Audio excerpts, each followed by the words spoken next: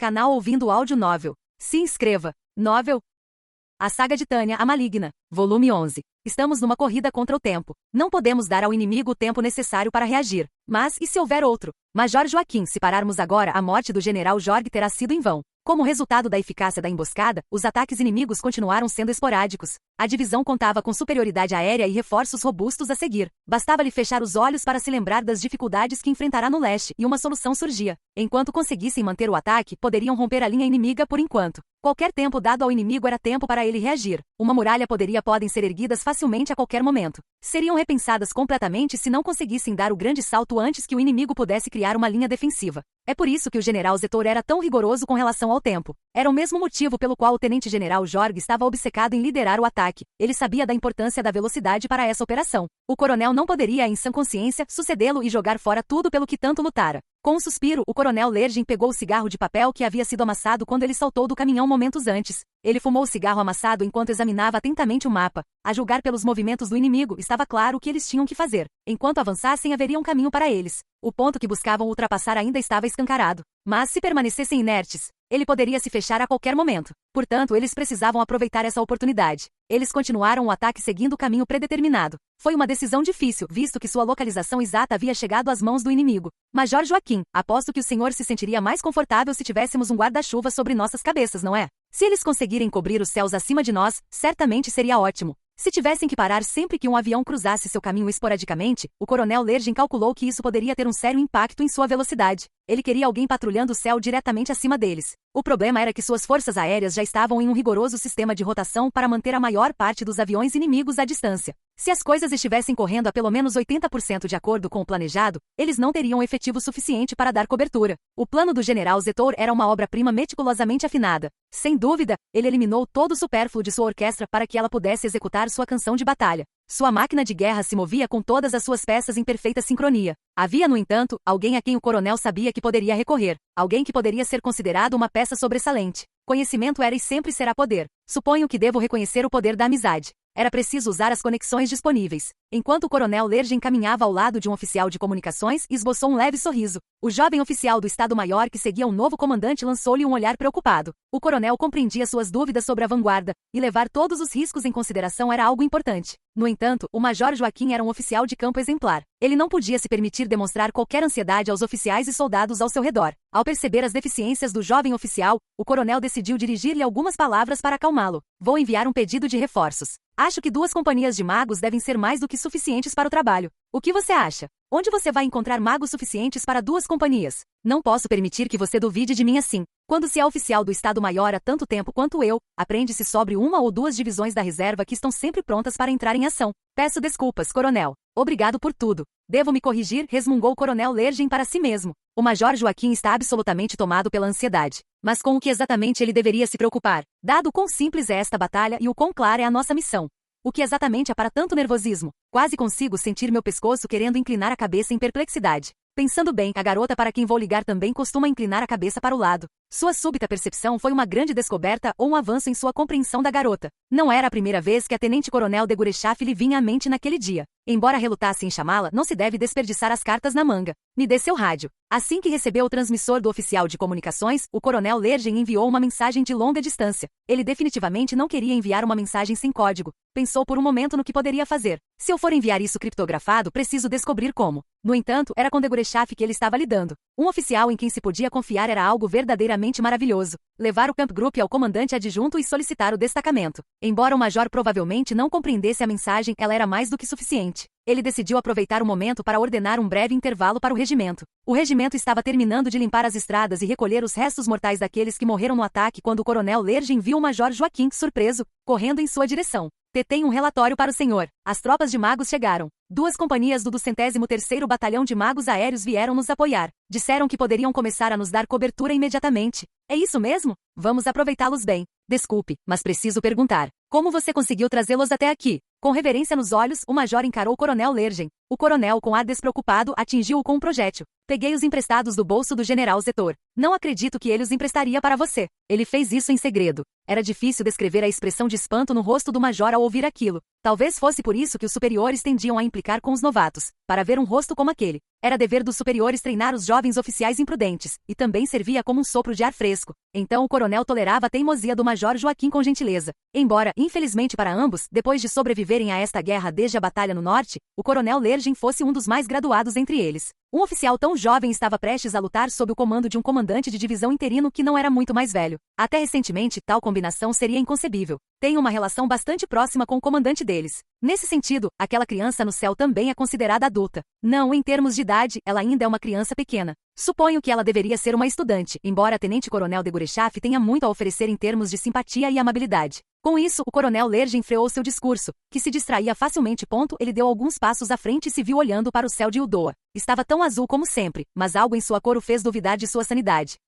O coronel foi então acometido por uma súbita sensação de vertigem. Por um instante foi dominado pela fadiga física e pelo estresse mental que acompanhava a pesada responsabilidade. Quer dizer, não estamos falando de um poodle de brinquedo. Eu pedi um cão de caça. Coronel, ops, parece que estou um pouco mais cansado do que imaginava. E isso vai ser um problema. Quer dizer, você está usando as reservas do Estado-Maior sem permissão, certo? As palavras de preocupação do jovem oficial foram um sinal para o coronel de que ele não estava bem. Para um comandante, era mais importante manter uma postura adequada quando estava cansado do que quando não estava. Ele relaxou os ombros e sorriu como se nada estivesse errado. Ciente da presença dos oficiais e soldados ao seu redor, ele deixou claro o que estava pensando. Não há nenhuma regra contra solicitar backup, certo? Dito isso, o coronel Lergen fez uma pausa para atrair a atenção daqueles ao seu redor. Embora ele próprio nunca tivesse sido maestro de uma orquestra, imaginou se era assim que eles se sentiam antes de um grande concerto. Afastando o pensamento fugaz que lhe passou pela cabeça, o coronel Lergen declarou suas ordens com um tom resoluto. Vamos avançar. Siga-me rumo à vitória. Ele mostrou aos seus soldados um farol de esperança claro e simples. Um comandante precisava demonstrar que estava ciente das circunstâncias em todos os momentos.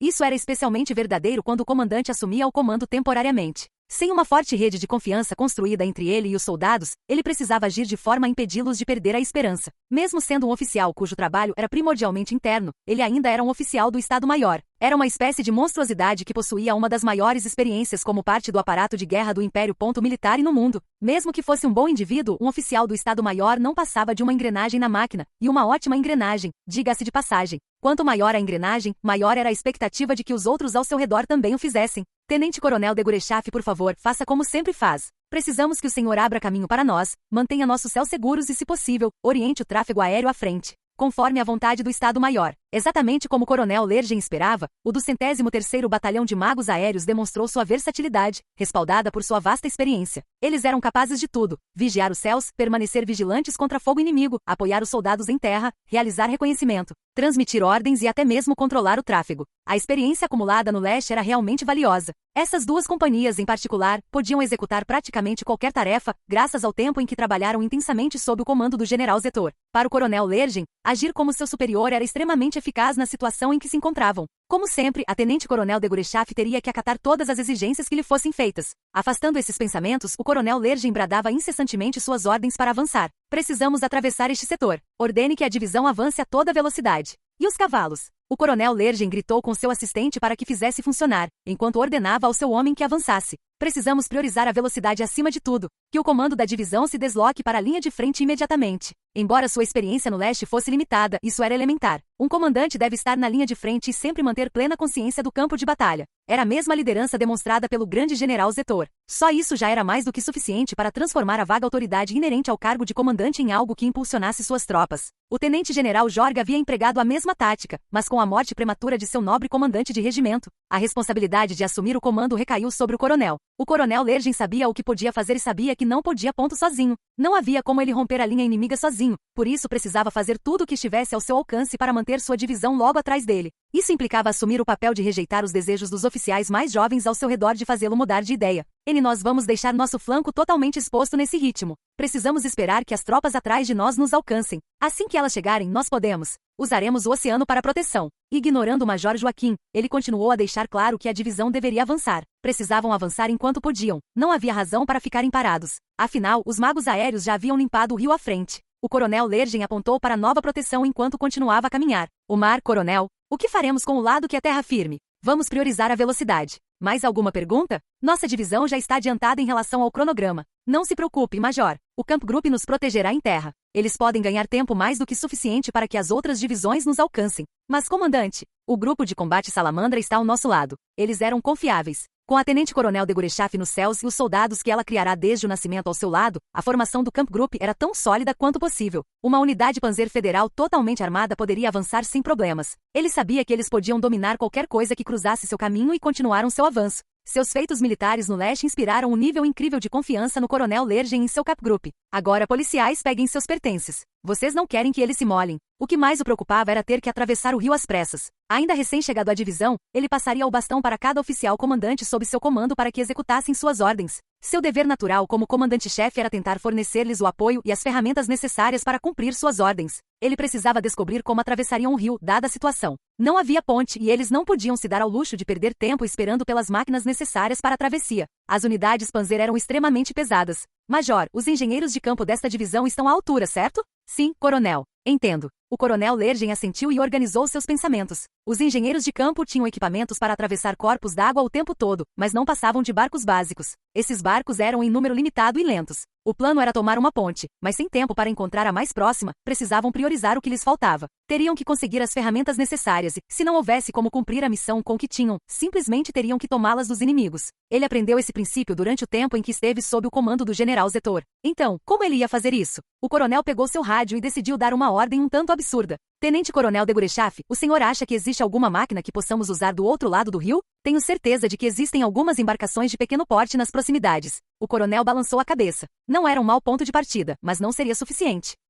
Ele transmitiu um novo pedido pelo rádio. Idealmente, queremos algo que possa se mover rapidamente. Algo com motor, talvez? Talvez precisemos ampliar a área de busca se quisermos encontrar algo adequado. A última coisa que ele queria era perder tempo e dispersar sua mão de obra. Devido à pressa em começar os trabalhos, essas não eram condições que ele pudesse aceitar. Então teremos que nos contentar com navios menores. Quero que os magos puxem os barcos para nós. Ele percebeu que a Tenente-Coronel de Gurechaf provavelmente ficou surpresa com o pedido pela rara hesitação que ela demonstrou. A raiva em sua voz transpareceu na resposta que ela daria um instante depois. Nós não somos rebocadores. Somos magos. Você consegue, não é? O breve momento de hesitação que se seguiu foi quase simpático. Em pouco tempo, o Tenente-Coronel de Gurechaf cederia e se renderia às suas exigências. É possível. Era tudo o que ele precisava ouvir. Ótimo, disse o coronel Lergen com um sorriso e um aceno de cabeça enquanto guardava o rádio. Era uma questão de o que poderia ser feito. O descontentamento dos magos poderia ser resolvido depois. Naquele momento, a divisão precisava avançar mais do que qualquer outra coisa, pois não era uma questão de habilidade, mas de tempo. Sempre foi assim. Essa sensação de estar sendo apressado. Tempo, tempo, tempo. Há quanto tempo as coisas estavam assim? Por que o Império sempre se via sujeito a restrições de tempo tão rígidas?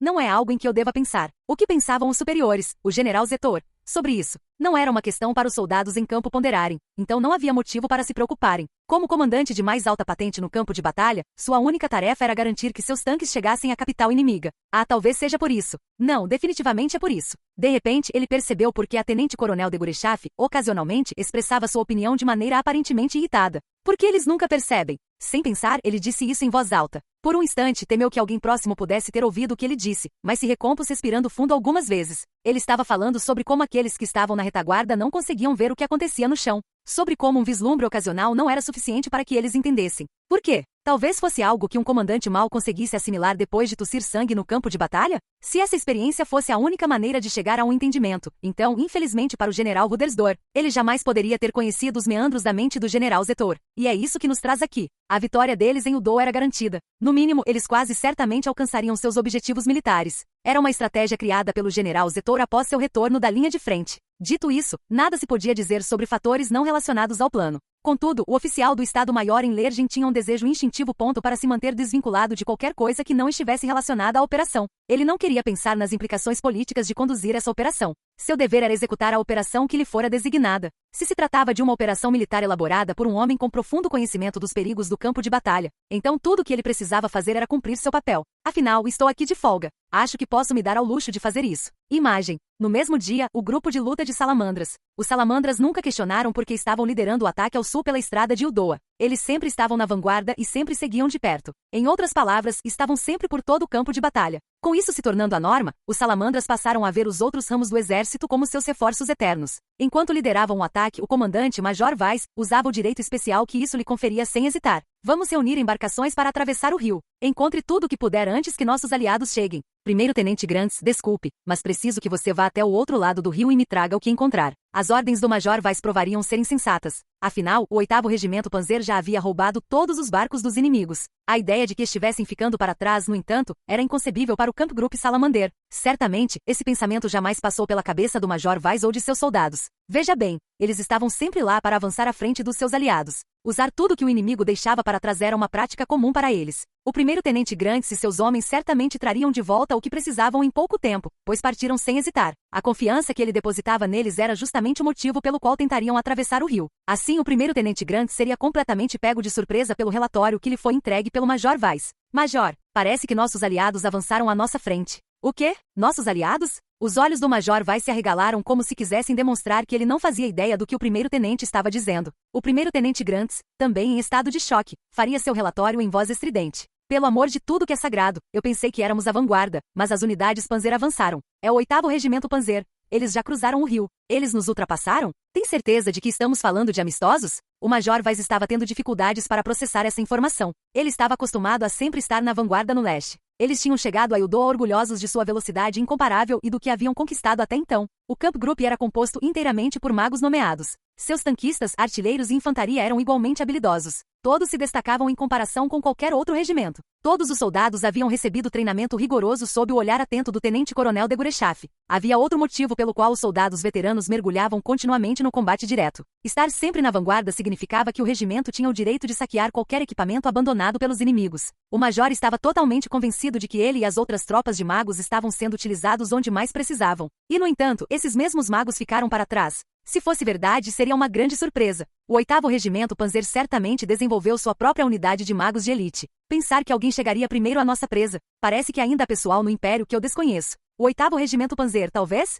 Quem está liderando suas tropas de magos? Bem, a questão é, será que trouxeram o General Rommel até aqui só para isso? Não, não exatamente. Mas você não está muito longe. Ah, sinais de alerta surgiram na mente do Major. Seus instintos lhe diziam o que ele não queria ouvir. É a coronel. Ela é. Ah, embora isso fizesse todo sentido para ele, o Major Weiss interrompeu o primeiro-tenente. Afinal, sempre se podia esperar que ele estivesse errado. Sim, há muitos funcionários que ainda não conheço no Império. Tenho certeza de que existem muitas tenentes-coronéis e primeiras-tenentes mulheres. Mas, Major Weiss, certamente o senhor sabe de qual tenente-coronel estou falando, não é? Então, acho que estamos falando do mesmo comandante de batalhão que tanto amamos, o mesmo oficial de magia aérea do Estado-Maior. O Major Weiss, convicto de que não havia mais ninguém que pudesse ser, teve sua crença confirmada pelo primeiro-tenente Grants com um aceno de cabeça entusiasmada. Quem mais poderia ser? O mundo era mesmo um lugar pequeno. Ou talvez fossem os campos de batalha que eram pequenos. É como viver no campo de batalha. Você devia ter visto a cara da coronel quando ela puxou um monte de barquinhos pelo rio. Parece que ela chegou a todos os barquinhos primeiro. Isso fez o major cruzar os braços e suspirar. Ao ouvir que o 8º Regimento Panzer usava magos para rebocar barcos através de um rio, ficou claro para ele que eles usariam todos os meios necessários para atingir seu objetivo. Parece que ela chegou primeiro à mercadoria. Eles certamente não foram lentos em seu avanço, mas talvez não devessem ter baixado a guarda. Não pensei que iríamos enfrentar o tenente-coronel. Ele soltou uma reclamação ociosa com um suspiro que pôde ser ouvido através do rádio. Isto não é brincadeira. Com certeza que não. Como bem observou o primeiro-tenente Grants, as coisas não seriam fáceis se estivessem competindo com o tenente-coronel. Era natural que alguém quisesse reclamar um pouco. Mas como comandante interino, ele tinha uma escolha a fazer. Medidas corretivas eram necessárias. Lamento ter que perguntar isso, primeiro-tenente, mas você terá que sair e encontrar o que puder. Ele transmitiu as ordens ao primeiro-tenente Grants antes de reunir seu Kampfgruppe e compartilhar a situação. A situação ficou complicada. O apressado capitão Arrens respondeu primeiro com um sorriso intrépido. Você avistou o inimigo? Não, capitão. É um amistoso. Ah, não era a resposta que ele esperava. O major viu que provavelmente era a expressão que ele próprio demonstrara momentos antes. Incapaz de suportar ver seus rostos, o major repetiria a frase. Capitão, eles são aliados. As tropas à nossa frente são aliadas. O oficial do tanque, que exibia um olhar completamente inexpressivo, bateu palmas para demonstrar que havia entendido. Aconteceu alguma coisa com as tropas que nos seguiam no ataque? Talvez os soldados de infantaria estejam atrasados? O major conseguia ver o que o homem estava pensando. Estava estampado em seu rosto. Qual a diferença disso para o normal? Também era evidente que o fato de as tropas terem avançado à frente deles não os convencia. Fazia muito tempo que seus homens não depositavam fé em seus camaradas. Tudo isso também era doloroso para o major, pois ele compartilhava do mesmo sentimento. Afinal, era norma para o Camp Group. Contudo, independentemente de se tratar daquela situação estranha de uma reviravolta inimaginável ou de uma surpresa na trama, ele pensou consigo mesmo como o destino podia ser peculiar às vezes. Reconhecendo que tais preconceitos poderiam obscurecer sua visão da realidade, o Major Vaz decidiu contar aos seus homens as circunstâncias em curso. Há tropas amigas que nos ultrapassaram. O comandante das unidades mecanizadas certamente teria algo a dizer sobre isso. Com uma expressão vazia no rosto, o capitão Arrens pediu ao major que repetisse.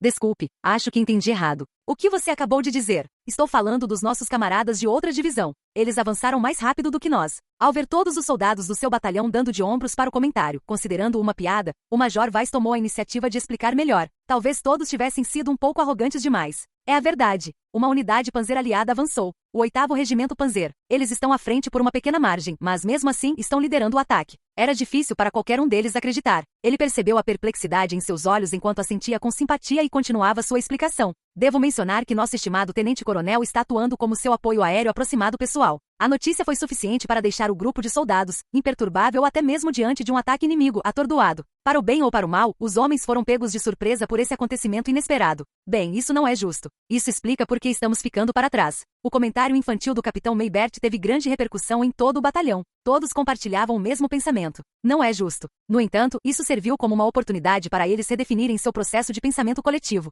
Todos refletiram sobre as circunstâncias em que se encontravam. Eles sabiam que, com o tenente-coronel na linha de frente, não estavam mais liderando o ataque. Imersos nesse pensamento, os oficiais começaram a refletir sobre o que significava ficar para trás. Embora não pudessem dizer isso em voz alta, havia um certo mérito em liderar o ataque, segundo suas ideias. Os melhores espólios sempre aguardavam os primeiros soldados na linha de frente. Em um sentido bem literal, os primeiros a chegar podiam se apoderar de qualquer recurso que desejassem. A vanguarda sempre conseguia o que queria. Com sua posição na linha de frente efetivamente roubada, as opções seriam escassas para eles quando tivessem que competir com as outras divisões. O petróleo, os alimentos e outros equipamentos que conseguiam saquear dos inimigos derrotados eram um incentivo significativo que impulsionava seus ataques. Dessa forma, quaisquer recursos que pudessem ser tomados dos inimigos eram muito importantes. Isso era especialmente verdadeiro no leste, onde obter suprimentos do próprio país era sempre difícil. No entanto, a quantidade de equipamento que o inimigo inevitavelmente abandonaria era limitada, e eles precisavam competir com seus próprios aliados por ele. Chegar em primeiro lugar era necessário, dependendo do momento e das circunstâncias, mas a falta de recompensas poderia fazer com que o ataque parasse. Nesse contexto, foi o primeiro-tenente Tospan quem, sem hesitar, levantou a questão que estava na mente de todos.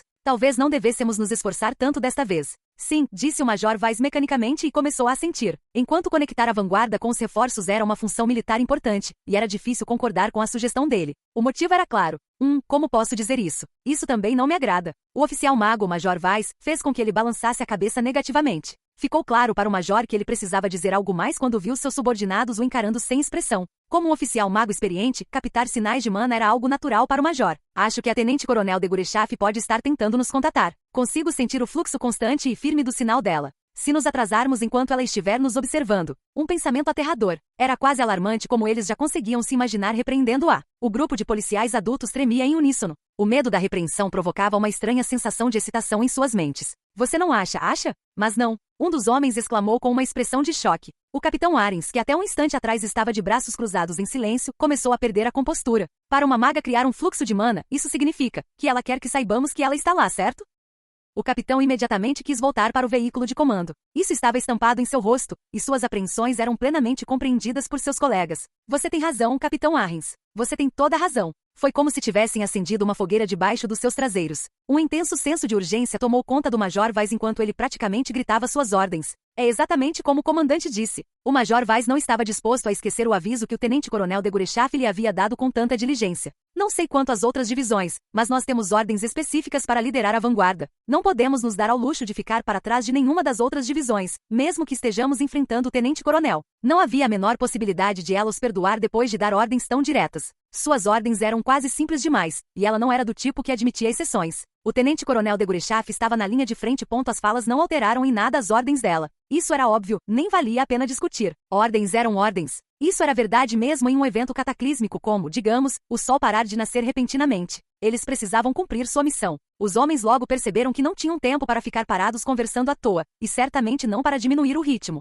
Disseram-lhes para liderar a vanguarda. Era só isso. Essas eram as ordens. Portanto, era imprescindível que o Cap Group se esforçasse para cumprir exatamente essa missão. Deveríamos ter refletido mais sobre o motivo pelo qual ela insistiu tanto para que liderássemos o ataque quando nos deu as ordens. Com um olhar compreensivo, o Major Vaz cruzou os braços e assentiu profundamente. Ela sabia que as forças amigas avançariam. Foi por isso que ela nos deu ordens tão específicas. Não importava o que Tânia realmente queria dizer.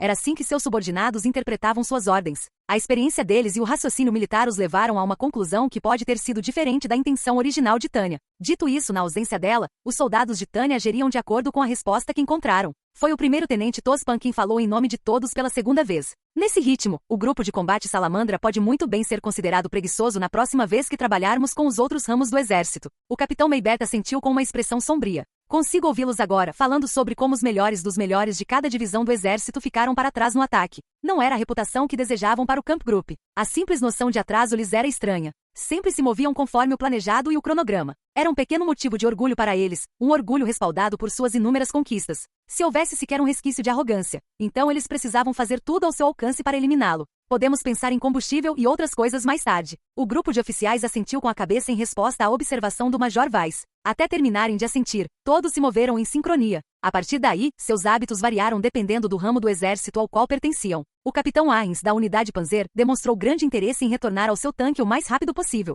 O capitão Maybeth estava inquieto enquanto pensava em como preparar os canhões para serem movidos. Todos os soldados de infantaria exibiam um olhar profundo e pensativo, demonstrando sua firme resolução. Embora suas expressões variassem, compartilhavam o mesmo objetivo. Nenhum soldado se opôs à opinião da Major Vaz de que deveriam atacar. Afinal, tinham a tenente-coronel de Gurechaf acenando com sua bandeira ao longe, incentivando-os a se movimentar. Eles precisavam recuperar seu lugar na vanguarda a todo custo. Reafirmando suas ordens claras de manter o foco, os oficiais do Camp Group haviam definido suas prioridades. Vamos avançar. Independentemente das ordens do coronel, não podemos permitir que a divisão Lergen fique muito à nossa frente. O Major Vaz deu as ordens que lhe cabiam, e continuou com um sorriso irônico. Capitão Maybeth, minhas desculpas, mas precisarei que o senhor faça algo difícil. Talvez precisemos que nos apoie com fogo de canhão direto, afinal. Com a divisão de artilharia muito atrás no ataque, eles precisariam usar todos os seus recursos para se concentrar em avançar o mais rápido possível. Eu sabia que não havia a menor possibilidade de eu não ter nada para fazer desta vez. É a mesma rotina frenética de sempre. O oficial de artilharia fez uma careta antes de prosseguir prontamente com as tarefas que já lhe haviam se tornado automáticas.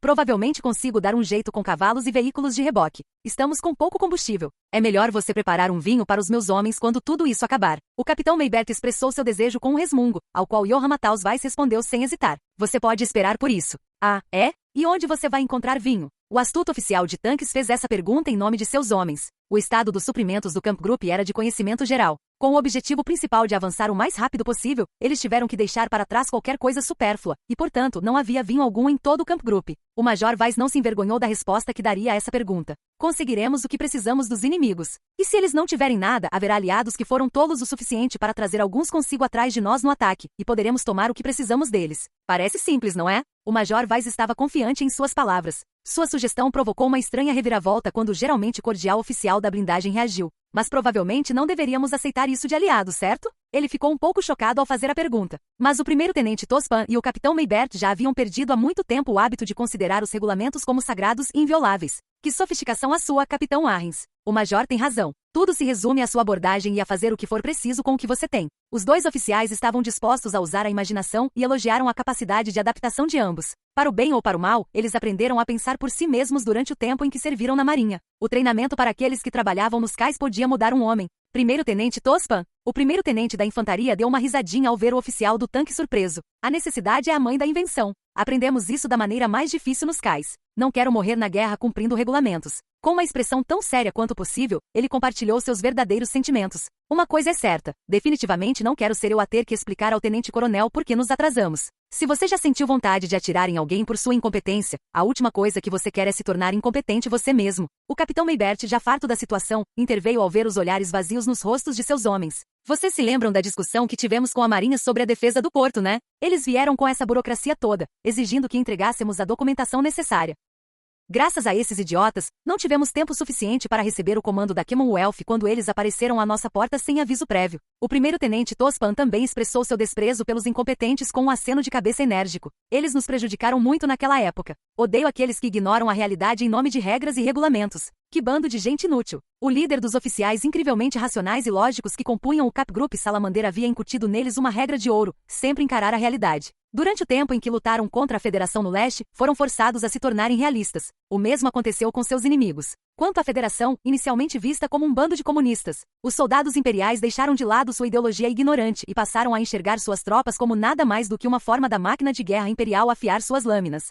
A santidade da burocracia não lhes servia de nada quando estavam sob fogo de artilharia inimiga. Esses homens, todos completamente batizados em sangue e aço, aceitaram e até mesmo compartilharam da ira do primeiro-tenente Tospan. Para o bem ou para o mal, essa era a forma como se adaptavam à guerra. A necessidade forneceu aos homens a premissa de que precisavam para aceitar o sentimento do primeiro-tenente. O grupo começava a ir tão longe a ponto de justificar o saque de seus aliados. Tais pensamentos não surgiam sem hesitação, é claro. No entanto, todos pensavam a mesma coisa. Afinal, para quem prefeririam dar desculpas? Para o comandante do seu Kampfgruppe, o tenente-coronel de Gurechaf? Ou para algum outro ramo das Forças Armadas? Suas ordens eram para atacar com toda a força desde o início. Assim, todos os homens conspiraram juntos. Se tivermos que escolher entre burocratas e o tenente-coronel, deve ficar claro a quem devemos dar prioridade. Definitivamente, não quero ter que chorar na frente do tenente-coronel. O major Weiss tomou a decisão por todo o grupo e nenhum dos oficiais presentes discordou. Todos assentiram, prontos para cumprir sua parte. Com o dever e a necessidade exigindo que assim o fizessem, estavam certos de sua decisão. Temiam mais se tornar soldados incompetentes e atrair a ira de seu superior do que a de qualquer inimigo. Às vezes, as coisas podiam ser aceleradas por sinergias não intencionais. O que viria a ser conhecido como Divisão Lergen liderou a vanguarda da invasão de Uldoa pelo exército imperial. Para o coronel Lergen, cujo comando era apenas temporário, o prazer que sentia ao dizimar as forças inimigas com táticas de manobra transformou-se em ansiedade, temendo isolar suas tropas. Ficar encurralado em território inimigo era uma possibilidade assustadora. Como qualquer contato com a retaguarda era perigosamente exposto a quem estivesse ouvindo, os reforços que seguiam a pé não foram alertados sobre o novo ritmo da vanguarda. Justo quando ele pensava em como provavelmente poderia esperar algum apoio das tropas amigas, recebeu novas informações do tenente-coronel de Gurechaf, que estava em missão de reconhecimento. Para sua surpresa, o relatório havia sido organizado em documentos para ele ler. Ele se perguntou se ela os havia escrito durante o voo. Isso seria bastante engenhoso e habilidoso. Eu sabia que as tropas de magos eram convenientes de usar, mas pensar que chegariam a esse ponto. A utilidade dos magos não tinha limites. Eles não apenas realizavam reconhecimento e forneciam fogo de cobertura, como também atuavam como elos de ligação entre as diferentes partes da divisão. Um oficial experiente em magia aérea podia fazer praticamente qualquer coisa. Infelizmente, eram demasiado convenientes. O lamentável facto de a sua conveniência ter sido o que levou ao seu uso excessivo em todas as frentes de guerra dificultou a reposição do pessoal perdido. A situação era ainda pior para uma maga tão valiosa, uma maga com a insígnia de assalto Asas de Prata e várias delas. Ela não só havia encontrado informações sobre as forças inimigas, como também incluía um reconhecimento das próprias tropas adversárias. Havia até informações sobre a brecha na linha defensiva inimiga. O relatório impecável continha tudo o que um comandante poderia desejar saber. No entanto, o coronel soltou uma risadinha irônica ao ver qual divisão estava seguindo a sua. Pensar que o grupo de combate Salamandra estaria nos seguindo. Aquela tenente-coronel de Gurechaf é uma patife, sem dúvida. Ele certamente nunca a considerou apenas uma cadela de caça que só sabia lutar, e ainda assim, ela sempre conseguia superar suas expectativas. Talvez pessoas com bom senso como eu sejam simplesmente muito obtusas. O coronel proferiu palavras que poderiam ter sido interpretadas tanto como admiração quanto como surpresa. Ela certamente mantém suas tropas sob rédeas curtas. Inicialmente, ele questionou a decisão de manter a tenente-coronel na reserva, mas parece que seus soldados estavam bem treinados o suficiente para se defenderem. Se ao menos tivessem dezenas de oficiais do Estado-Maior que também fossem magos talentosos, certamente a guerra de manobra seria muito mais fácil. Não, o coronel Lergen balançou a cabeça negativamente. Será que algum dia produziríamos e implantaríamos soldados como ela em massa? Era uma ideia absurda, até mesmo para ele próprio, quase a ponto de fazê-lo questionar porque sequer cogitaria a ideia. Seria um desastre colossal se tivessem tantos tenentes-coronéis de Gurechafs voando por aí. Deve haver realmente algo errado comigo hoje. O coronel resmungou para si mesmo enquanto pegava seus cigarros e um isqueiro. Tragou a nicotina e soltou uma nuvem de fumaça escura com um suspiro desagradável, mas não foi o suficiente para desviar sua atenção do assunto. Pouco antes, ele havia pensado em uma tenente-coronel de Gurechaf mais afável. Agora, ele cogitava a ideia de produzi-la em massa tal como ela era. A guerra é terrível. Aquilo foi suficiente para fazê-lo pensar, mesmo que por um instante, em uma horda de minúsculas criaturas racionais de Gurechaf. Se ele fosse o mesmo homem que era no primeiro dia em que a viu na academia militar, certamente teria duvidado da própria sanidade. Será que enlouqueci? A velocidade com que a realidade mudava era incrível. Enquanto as cinzas do cigarro caíam no chão, o coronel decidiu encarar a realidade irrecuperável em que se encontrava de uma perspectiva mais divertida. A guerra engoliria todas as suas lamúrias, suas queixas e seu bom senso. Tudo o que lhe restaria seria sua lógica. Era cruel, claro e fácil de entender, caso alguém tivesse o azar de compreendê-lo. Foi por isso que o general Zetor me enviou para cá. O general precisava de alguém que conhecesse as regiões mais perigosas do leste? Ou talvez o general Zetor buscasse um oficial com um comportamento completamente diferente do seu. Seja qual for o caso, sua decisão sobre a equipe certamente não foi normal. Lergen pensou consigo mesmo sobre o quão desagradável era a ideia. Essa era a reação humana esperada, mas a situação só piorou a partir daí. Eu consigo entender o raciocínio dele. O ataque que estavam realizando era a primeira parte do que seria a melhor jogada a ser feita. O bom senso do coronel gritou: não pode ser. Ao que sua lógica, erguendo os pés sobre a mesa em sua mente, respondeu: pode apostar que é. Ele se perguntou como soldados como o tenente-coronel de Gurechaf se sentiriam em relação a um conflito como esse. Coronel. Espere, coronel. Quando o coronel Lergen estava prestes a embarcar no veículo de comando, fez uma expressão ligeiramente irritada ao ouvir a voz do major Joaquim chamando-o enquanto corria em sua direção. O que é desta vez, major? Coronel, as coisas estão piorando. Ao contrário de seus olhos no céu, os homens com quem ele tinha que lidar em terra podiam ser um verdadeiro incômodo. O coronel Lergen estava começando a ficar irritado, mas dedicou um tempo para ouvir as queixas de seu major. Os soldados estão chegando ao seu limite. Estamos começando a perder o controle da nossa formação principal, coronel Lergen. Acho que devemos descansar para dar tempo a cada uma de nossas unidades para se reagrupar. Não podemos fazer isso. Mas senhor, a voz do jovem oficial do Estado-Maior demonstrava exasperação ao fazer seu apelo. O coronel Lergen respondeu sem sequer olhar para o homem, da mesma forma que seu próprio superior sempre fazia. Qualquer tempo que o policial precisasse para fazer reclamações deveria ser gasto desempenhando suas funções. Não podemos dar tempo para as tropas inimigas fortificarem sua formação. Além disso, se pararmos de avançar agora, o flanco do Kampfgruppe Salamander ficará totalmente exposto. O que precisavam fazer era óbvio, desde que ambos compreendessem a situação. Não havia segundas chances quando se tratava de tempo e oportunidades na guerra. Uma vez na corda bamba, precisavam atravessá-la ou cair. Sem nenhum laço que os ligasse à sua nação, cair significava mergulhar para a morte. Sua única esperança era seguir em frente com todas as suas forças. Nossa melhor opção é continuar avançando enquanto o inimigo ainda estiver confuso. Poderíamos facilmente derrotar uma brigada inteira com o que temos agora. Nossas tropas não aguentam muito mais abusos. O jovem oficial estava falando a verdade. O coronel Lergen percebeu o cansaço na voz do homem. Tudo o que ele disse era um fato. Embora demonstrasse compaixão pelas tropas, o coronel compartilhou seu raciocínio. Enquanto eles estiverem vivos, tudo bem. Ao que parecia, seu parceiro ainda não havia entendido o que ele tentava dizer, pois retribuiu o olhar com uma expressão vazia. Contudo, se tivessem a sorte de sobreviver a isso, certamente ele viria a saber a verdade. Uma verdade que todos os oficiais deveriam conhecer, não apenas o major Joaquim. É preciso avançar quando se pode. Essa é uma verdade fundamental em uma guerra. Naquele momento, ele se lembrou de uma excursão ridícula que fez com o Estado-Maior durante seu período na escola de guerra. Lembrou-se dos instrutores gritando perguntas táticas difíceis, insultos para ele quando estava completamente exausto. Ele teve que usar sua mente exausta para tomar as decisões rápidas que eles exigiam. Foi a formação que se revelaria mais útil em sua carreira. Mesmo com o cansaço físico comprometendo sua capacidade de tomar decisões, ele sabia naquele dia que precisava avançar, pois a necessidade ditava o rumo. Neste momento, nossos soldados exaustos simplesmente têm que conviver com a insatisfação. No entanto, o coronel Lergen falou com grande convicção sobre a insensatez de desperdiçar a vantagem e mobilidade que possuíam. Amanhã provavelmente será um dia terrível para todos nós. Os soldados talvez tenham que ouvir os gritos de seus amigos morrendo nas trincheiras. O inimigo poderia facilmente estabelecer uma base de operações simples se tivesse tempo. Ele não sabia que tipo de fortificações os ildoanos ergueriam, mas mesmo as trincheiras mais frágeis seriam um problema para enfrentar. Que se dane lutar contra qualquer um que se esconda em suas trincheiras. Quanto tempo e quantas vidas foram desperdiçadas para conter essas tentativas fúteis de resistência? Desperdiçar recursos humanos e tempo preciosos apenas para fracassar em uma operação estava fora de cogitação. Ele nem sequer queria considerar essa possibilidade. Sacrifícios que podem ser evitados são insignificantes. Os rancores que os soldados guardam hoje não serão nada comparados aos rancores que suas famílias enlutadas guardarão se esperarmos até amanhã. Afinal, os familiares vivem para guardar rancor. Se a bondade fosse levar seus homens à morte, então ele não precisava de bondade. Como membro de uma organização maligna, ele precisava usar seus homens ao máximo, baseando-se na lógica e na necessidade, para poder enviá-los de volta para casa vivos. O coronel Lergen deixou esse triste fato evidente para o apático oficial. Estamos usando nossa velocidade para ganhar tempo. Se pararmos porque estamos cansados, teremos que comprar esse tempo de volta com vidas humanas. Nesse ritmo, os inimigos podem nos cercar. Se avançarmos demais, a unidade Panzer vai. Ele tinha razão em duvidar disso. Avançar demais sempre trazia o perigo de ficar isolado em território inimigo. Antes da guerra, sua opinião teria sido elogiada como sensata.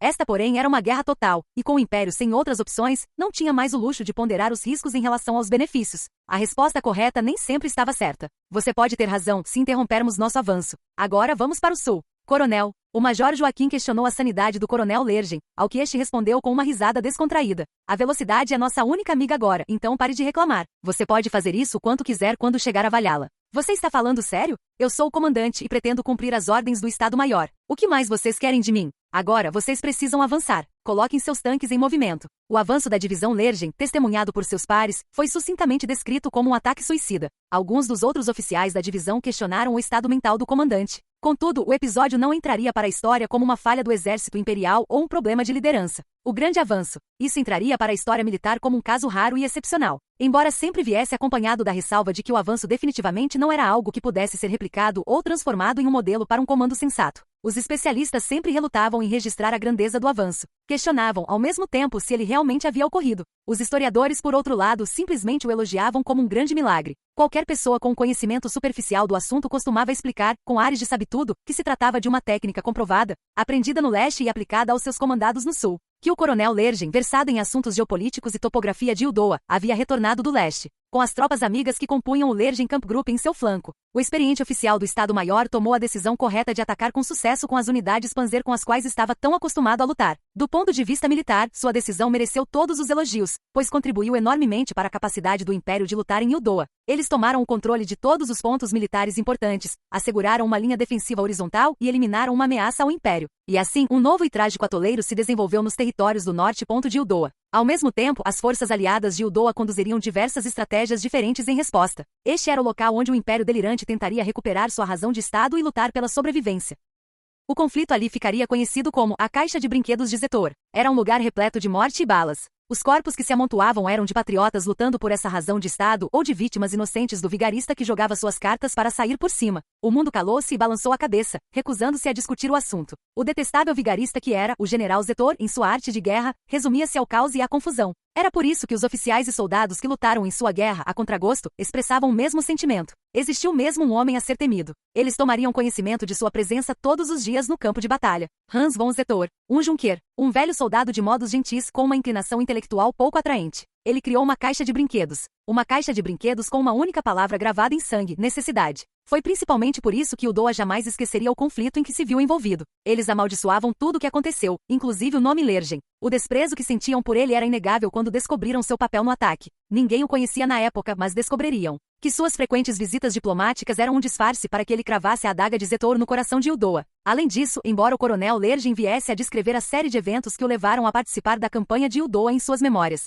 ele minimizaria sua participação no ataque, considerando-a nada mais do que o cumprimento de seu dever como soldado imperial em uma guerra na qual não desejava lutar. 12 de novembro de 1927, no comando de fronteira de Uldoan. A máquina de guerra do exército imperial era um exemplo de perfeição no início da campanha do Império em Uldoa. Tendo sido testada por anos de intensos combates, o exército pré-guerra do exército imperial já era história. Não que o exército uldoano não tivesse atualizado seu treinamento e educação com técnicas de combate modernas. Quaisquer afirmações em contrário eram falsas. Infelizmente, o exército de Uldoa foi superado em todos os sentidos. O exército imperial aprenderá a lutar uma guerra moderna pagando o preço sangrento no campo de batalha. A disparidade indiscutível entre o império batizado por um fluxo contínuo de sangue e aço e o exército uldoano, eternamente neutro, logo se tornou evidente. Uma nação há muito tempo em guerra, seu exército compreendia implicitamente o que significava lutar. Isso criava uma diferença tão brutal quanto gritante quando se tratava de entender a guerra moderna. Qualquer esforço empregado ou tentativa de resistir a uma invasão inimiga não significava nada sem saber verdadeiramente o que significava lutar contra um inimigo. O exército uldoano, acostumado à paz, foi repelido pelo exército imperial, que conhecia a guerra. Envolvidos no turbilhão do caos, a situação das tropas estacionadas nas montanhas alpinas, encarregadas da defesa do comando da fronteira uldoana, era tão terrível quanto a de todo o exército uldoano. Com as forças despreparadas para a mobilização no início das hostilidades em suas fronteiras, as tropas uldoanas tiveram que enfrentar o exército imperial despreparadas e com efetivo reduzido. Isso se transformou em um pesadelo militar. Havia uma diferença incrível entre as tropas acostumadas à guerra e aquelas que desfrutavam de uma paz prolongada. Quando estas últimas despertaram para a realidade da guerra, suas chamas já batiam as portas da nação, juntamente com o poder destrutivo da artilharia pesada imperial e dos canhões ferroviários de longo alcance. Uma resistência valente e nada mais era o máximo que o exército uldoano podia esperar alcançar. A primeira pessoa a chegar rapidamente a essa infeliz conclusão foi ninguém menos que o próprio coronel Calandro. Para o bem ou para o mal, o coronel Calandro sabia em primeira mão como isso geralmente terminava, pois certa vez se juntou ao Lergen Kampfgruppe no leste para estudar suas táticas ao lado dos especialistas que as coordenavam. Filho da puta! Ao vê-los, ele achou seus métodos insanos. A insistência deles em priorizar a penetração acima de tudo o deixou perplexo. Ele havia testemunhado em primeira mão a torrente de violência com que eles atacaram o exército da Federação. Isso tudo é só um show. O verdadeiro objetivo deles é penetrar nossa linha defensiva. Merda, merda, merda. Seu comportamento refinado habitual desapareceu enquanto sua mente trabalhava a todo vapor para criar uma imagem precisa da frente de batalha. As forças inimigas eram uma lança que havia rompido suas fronteiras e avançava em direção ao seu coração. A ponta de uma lança pode ser afiada, mas o mesmo não se pode dizer da sua parte plana. Deveríamos flanqueá-los? Não, eles não conseguiriam organizar um ataque desses em meio ao caos que se instaurou. Mesmo que tentasse, ele não seria capaz, ele não era o comandante deles. Eles precisavam ordenar uma retirada imediata e organizada. Idealmente poderiam seguir o exemplo da Federação e empregar uma tática de terra arrasada, destruindo tudo que pudesse ser útil aos seus inimigos. Era preciso tomar medidas decisivas rapidamente para ter alguma chance de enfraquecer o Império. Ele formulou rapidamente o conselho que daria, apenas para dar de ombros e rir de si mesmo ao perceber que provavelmente não seria aceito. Essa é uma estratégia terrível de se adotar. Ele já sabia a resposta que receberia se aconselhasse o oficial comandante, cuja responsabilidade era defender o país, a queimar tudo e escapar o mais rápido possível. Tudo o que posso fazer é dar conselhos sobre a situação. Que frustrante! Seus conselhos eram inúteis se ele soubesse que não seriam aceitos. Ele conhecia maneiras de lutar contra as forças imperiais, mas era um mero oficial do Estado-Maior, destacado apenas na fronteira. O que ele precisava era de autoridade. Embora irritado com a falta de poder, ele cumpriu fielmente seu dever. Era patriota o suficiente para apresentar seu caso diretamente ao oficial comandante. Eu sabia que era assim que ia terminar. Embora sua sugestão fosse apropriada para as estranhas circunstâncias da guerra às quais foram impostos, ela também entrava em conflito com a sensibilidade respeitável de seu comandante. Você deve estar louco? Quer que a gente recue? É o que precisa ser feito, general. Escolha bem suas palavras, Coronel Calandro. Sua vergonha deveria impedi-lo até mesmo de sugerir algo assim. Sua tentativa de persuadir o general foi infrutífera. O general ficou vermelho de raiva com a sugestão. Balançou a cabeça em sinal de recusa categórica. O general do comando da fronteira deixaria claro que era uma boa pessoa com a próxima coisa que dissesse. Coronel Calandro, o exército real ildoano precisa defender seu território. Não podemos jogar tudo fora por uma única posição. Você deve dar a ordem de retirada. Isto é Ildoa. Não há nenhuma parte de Ildoa que entregaremos sem lutar. Somos ildoanos, droga. O general repreendeu o Coronel Calandro com um grito arrepiante. Qualquer membro sensato de uma organização recuaria diante de tamanha fúria vinda de um superior, mas o dever do coronel continuava sendo seu dever. Como seu senso de dever profissional se sobrepunha ao bom senso, ele compartilharia os princípios perversos da guerra com seu superior. General, nosso inimigo é um instrumento de violência meticulosamente ajustado, construído para travar esta guerra.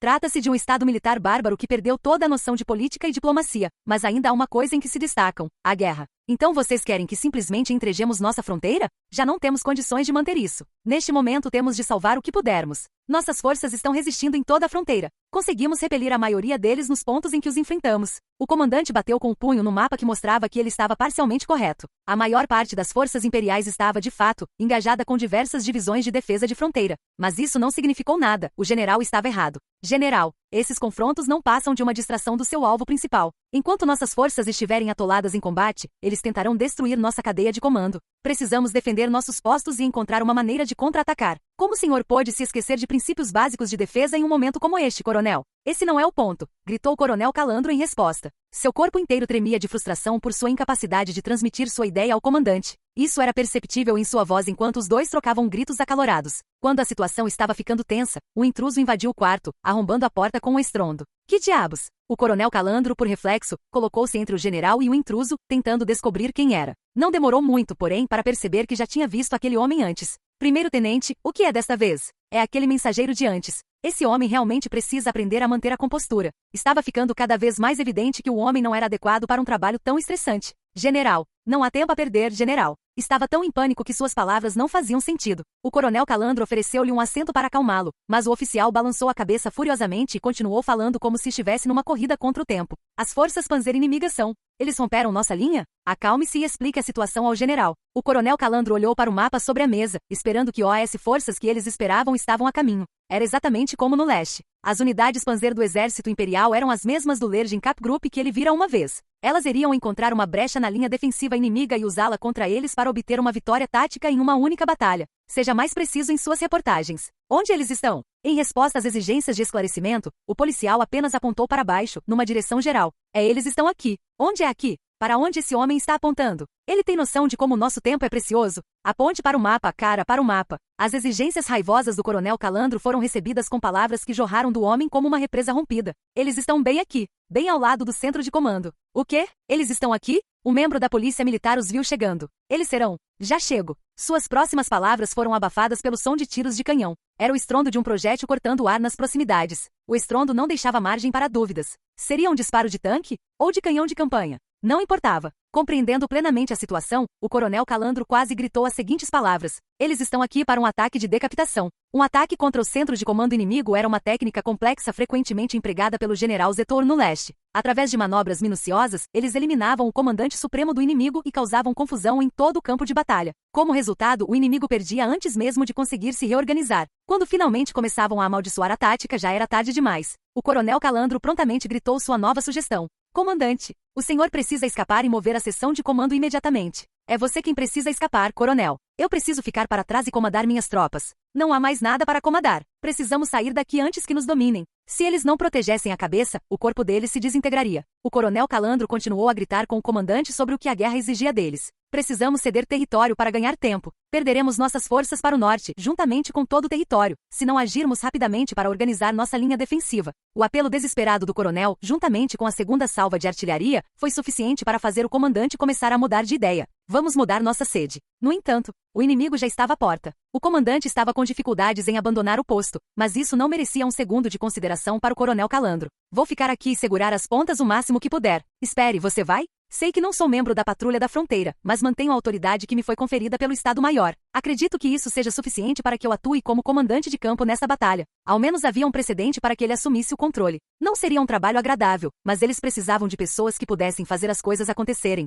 E ele não podia se dar ao luxo de deixar seu cargo como alguém capaz disso. O general olhou nos olhos do coronel, que era focado no dever, e balançou a cabeça negativamente. Desculpe, coronel, estou enganado sobre você. O coronel interrompeu o general antes que ele pudesse terminar. O inimigo tem uma capacidade limitada de avanço. Certifique-se de que nossas forças possam se reagrupar longe daqui. Ele se preocuparia consigo mesmo. O coronel Calandro preparou-se para a fuga do comandante e para a mudança do quartel-general, enquanto reunia o máximo de militares possível para contra-atacar, embora não fossem muitas pessoas. O melhor que conseguimos foram 2 batalhões. Estavam todos na base, incluindo seu próprio enviado da guarda. Em um determinado momento em tempos de guerra, uma divisão inteira deveria estar defendendo sua base na fronteira. Dito isso, o lado positivo de seus números desanimadores era o fato de terem todas as armas que pudessem desejar. Não poderiam pedir mais armas e equipamentos com seu arsenal de reserva à disposição. Não que isso realmente importasse. Eles não tinham pessoal suficiente para operar o armamento, já que seus homens ainda não haviam sido mobilizados adequadamente. Era um grupo de unidades incompatíveis, armadas até os dentes. Então vamos enfrentar um Camp Group. O coronel Calandro esboçou um sorriso irônico enquanto fumava os charutos distribuídos aos comandantes do exército. Era um pequeno presente esquecido pelo general. Certamente ele não se importaria se o coronel se servisse de um charuto, considerando o que estava prestes a enfrentar. Uma pausa para fumar poderia servir como uma breve terapia para sua mente perturbada. Ou no mínimo funcionava como uma pequena cerimônia para homens prestes a encarar sua dura realidade. Vamos ter que seguir o exemplo do Império neste caso. Ele se referia ao método do Império de se virar com o que tinha, uma tática nascida da tentativa e erro no campo de batalha. Reunir-se, avaliar os recursos disponíveis e dispersar-se era a maneira que encontravam de lutar com recursos limitados.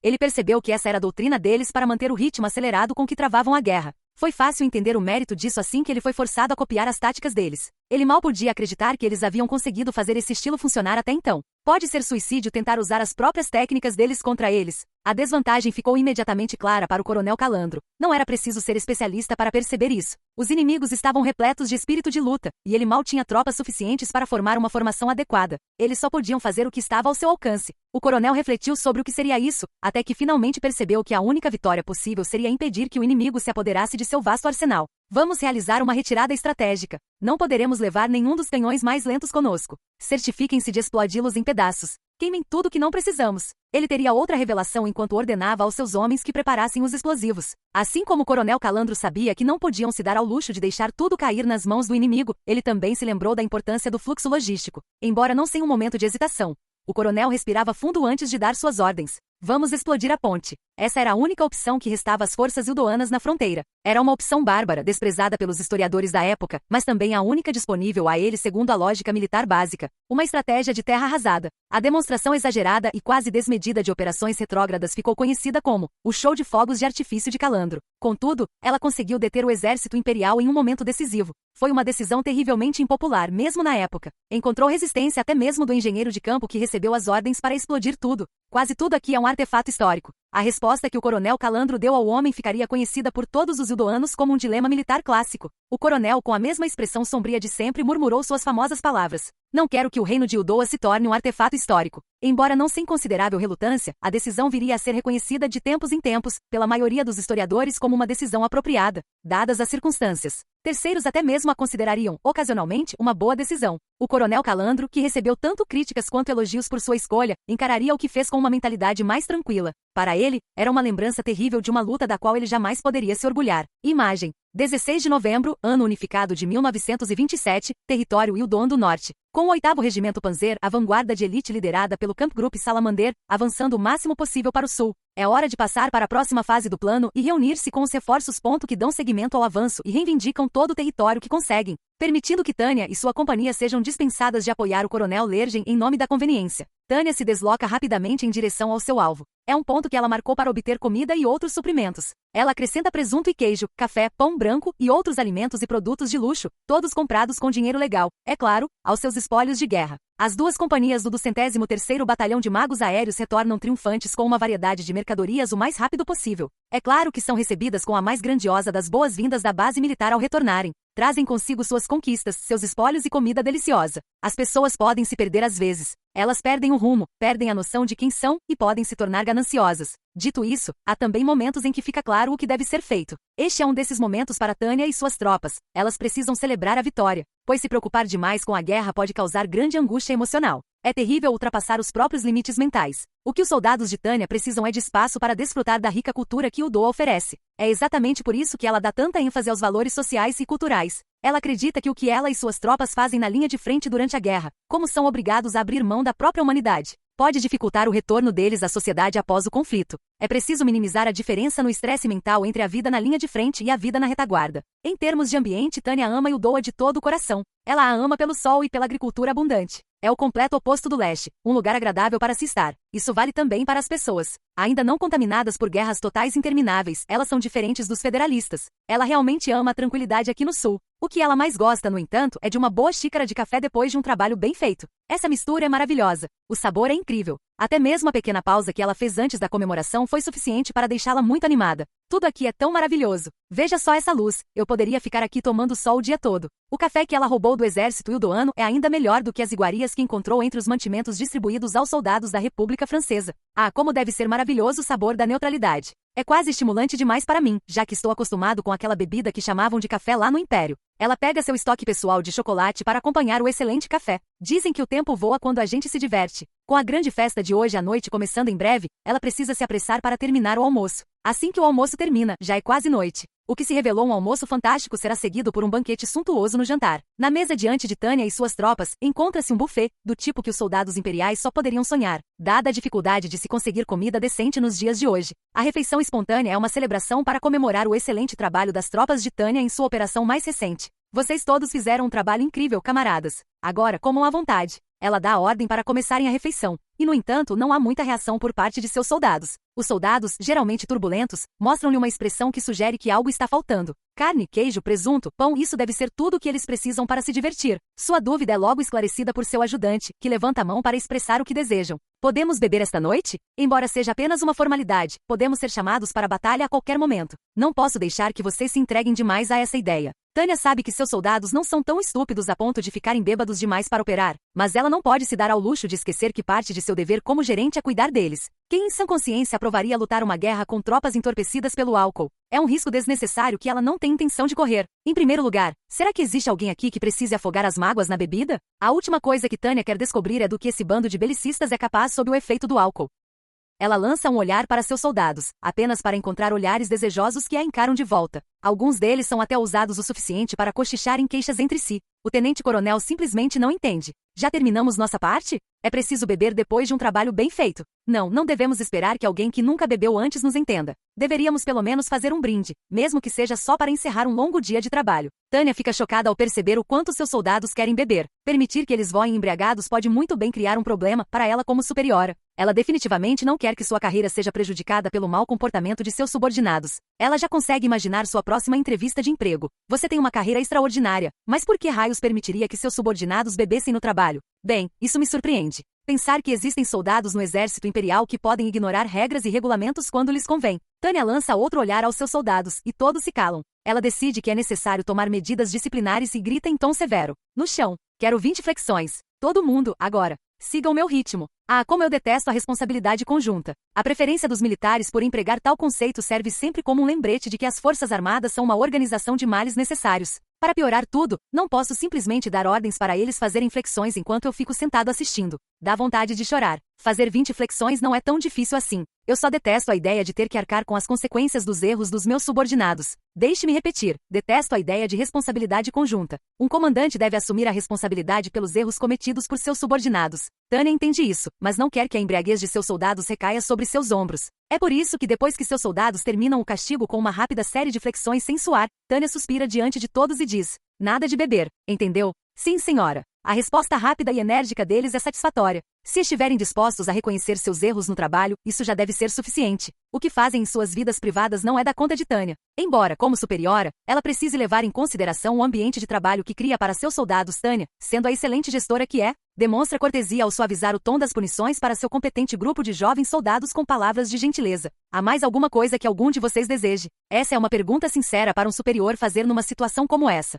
Embora geralmente não passe de uma formalidade, já que a pessoa não pode beber. Nada melhor do que uma maneira econômica de estabelecer um tom mais amigável. Tânia se vangloria internamente de sua incrível habilidade social. Consegui de novo. E quanto a chocolate e café? Como é que é? Tânia percebe o grave erro de julgamento que cometeu ao ouvir seus ajudantes responderem à sua pergunta com um ar despreocupado. Ela é tomada por uma profunda incredulidade diante das palavras que ouve. Isso é uma falha enorme da minha parte, pensa Tânia, desejando poder voltar no tempo alguns segundos e cortar a própria língua. Sabe, para celebrar a ocasião. Seria ótimo se pudéssemos ter um pouco do seu. Sua ajudante pergunta isso com muita delicadeza, com um olhar de profunda tristeza. O novo desejo revelado por ela serve de combustível para uma chama ardente de paixão. Para seu grande desgosto, Tânia consegue ver o fogo crescendo ao seu redor. Ao que parece, os alcoólatras entre suas tropas não são os únicos famintos por luxos. Ela consegue identificar cada soldado guloso em suas fileiras apenas olhando para eles. Olhem para o fogo nos olhos deles. Eles ardem de esperança enquanto esperam que eu concorde com a sugestão dela. O fato de meu ajudante saber muito bem que sou bastante exigente com relação ao meu café e lanches seria um ponto sensível para mim.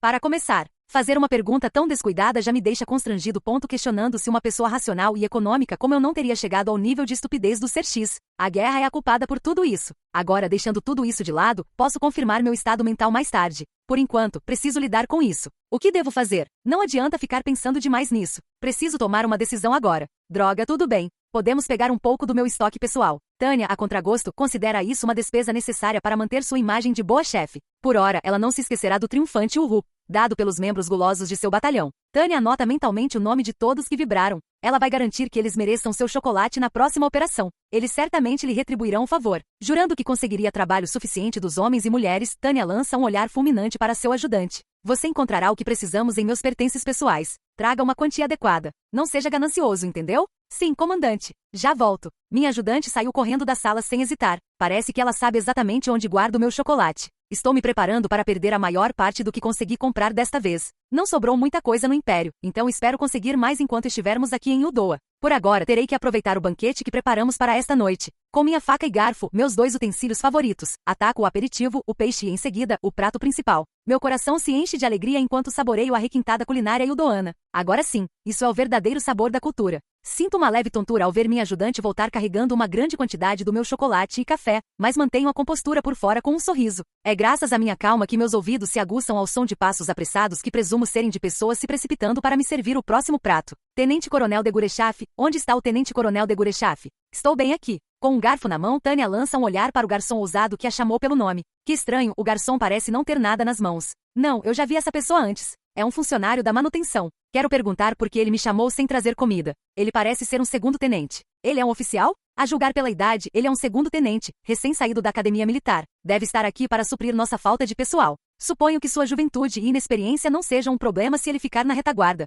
Mesmo assim, a queda na média de idade do exército imperial é gritante. Entre isso e o envelhecimento da população, fico me perguntando o que é pior. Com isso em mente, Tânia opta por responder ao jovem policial como se estivesse falando com uma criança. Não ouvi nenhum alarme. Do que você precisa? Embora essas palavras visem criticar o jovem, Tânia se certifica de não ser muito severa. Com uma mistura de desagrado e confusão na voz, ela demonstra respeito pelo dever do jovem oficial. Gostaria que pudéssemos desfrutar de uma refeição em paz após concluirmos uma missão. O segundo tenente demonstra uma expressão triste antes de proferir sua resposta, como se de repente se lembrasse do motivo de sua presença ali.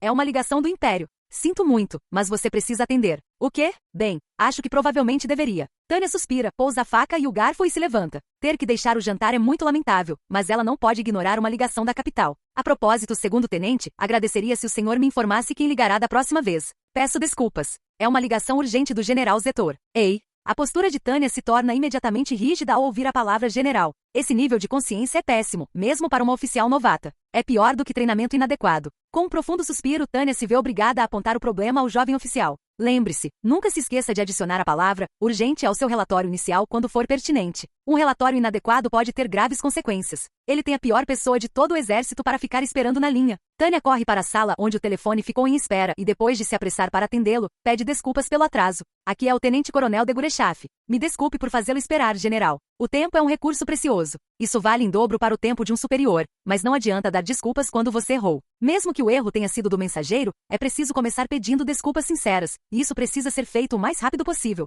Cada segundo conta quando se está atrasado. Não precisa se preocupar, tenente-coronel. Só preciso que o senhor faça uma coisinha. Tânia consegue ouvir o sorriso no rosto de seu superior através do telefone. Um sorriso não seria necessariamente algo ruim se não fosse o diretor adjunto Zetor, conhecido por seus truques astutos, do outro lado da linha. O que exatamente você precisa que eu faça? Sim, bem, tenho boas e más notícias. Sempre que tem essa escolha, Tânia sempre opta por começar com as piores notícias. Posso ouvir as más notícias primeiro? A Marinha Eldoana tem navios de guerra posicionados na costa que podem representar uma ameaça significativa aos nossos planos. Há uma boa chance de que eles sejam capazes de nos impedir completamente de usar suas estradas costeiras. Os navios de guerra podem dispor de um poder de fogo incrível. Os insignificantes projéteis de 20 milímetros disparados pela artilharia terrestre são insignificantes em comparação com os projéteis de 40 centímetros que essas fortalezas flutuantes podem lançar um após o outro. Eles vão bombardear as próprias estradas com navios de guerra? Que incômodo! Exatamente. Nossas forças em terra estão sem saber o que fazer neste momento. O máximo que consigo pensar para contra-atacar é tentar limitar seus movimentos com minas marítimas.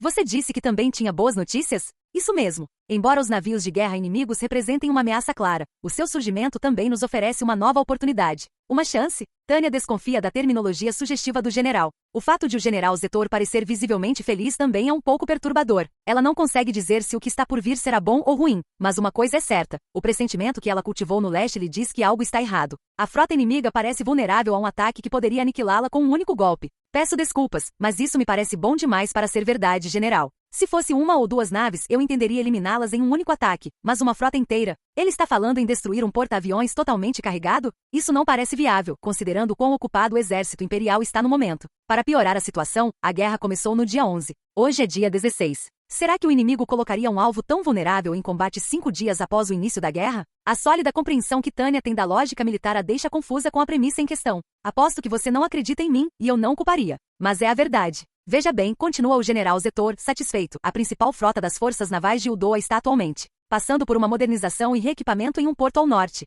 O que? Eles estão reconstruindo seus navios, valiosos ativos nacionais na fronteira? Então isso significa que eles não conseguem mobilizar nenhum dos seus navios no momento? Exatamente. Seus gigantes estão atualmente imóveis, e um navio de guerra preso em um porto é o alvo perfeito. Mal posso acreditar. Há uma guerra em curso. Os ildoanos estão sãos? Seus alvos mais valiosos estão bem na fronteira, à espera de um ataque imperial. Quem em sã consciência permitiria que algo assim acontecesse? Os ildoanos seguem uma linha de pensamento diferente. Provavelmente a presença de suas naves ali era uma forma de demonstrar que não tinham intenção de iniciar uma guerra. Do ponto de vista deles, é uma escolha racional. Tânia concorda com esse ponto. Eles jamais iniciariam uma guerra enquanto todos estivessem juntos. Seus navios estavam em uma única doca. Tal situação seria totalmente inconcebível para um soldado imperial. Ao que parece, os ildoanos pensavam exatamente o contrário. Olhem para nós. Somos neutros. Não temos intenção de atacar o Império. Atracar seus navios de guerra na fronteira tinha como objetivo enviar um sinal ao Império. Infelizmente para eles, o Império não captou o sinal a tempo. Então, toda a frota deles ainda está atracada na fronteira? Eles não estavam preparados para uma guerra, nem tinham planos de contingência. Agora estão correndo para tirar seus navios do porto. Este é apenas mais um dos benefícios imprevistos da nossa emboscada.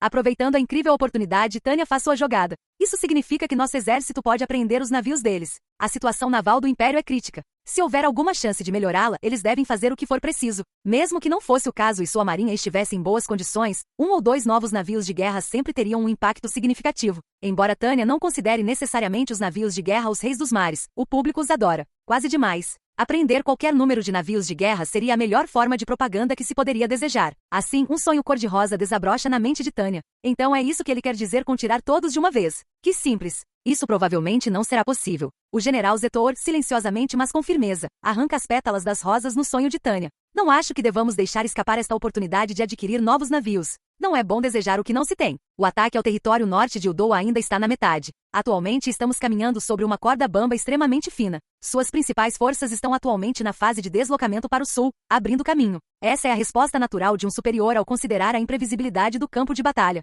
Quem dera! Tânia não conseguiu conter um sentimento de lamento que a invadiu. Se ao menos tivéssemos mais forças. Não temos efetivo nem tempo suficientes. Nossa única esperança é afundar o que está lá. Não podemos deixar que nossa ambição atrapalhe um ataque bem-sucedido. Todos desejam obter o máximo de recursos preciosos possível. Isso é especialmente verdadeiro em tempos de guerra. A única diferença entre tempos de guerra e de paz, nesse aspecto, é que os recursos que não podemos ter se tornam um incômodo, e se não podemos tê-los, então os destruiremos.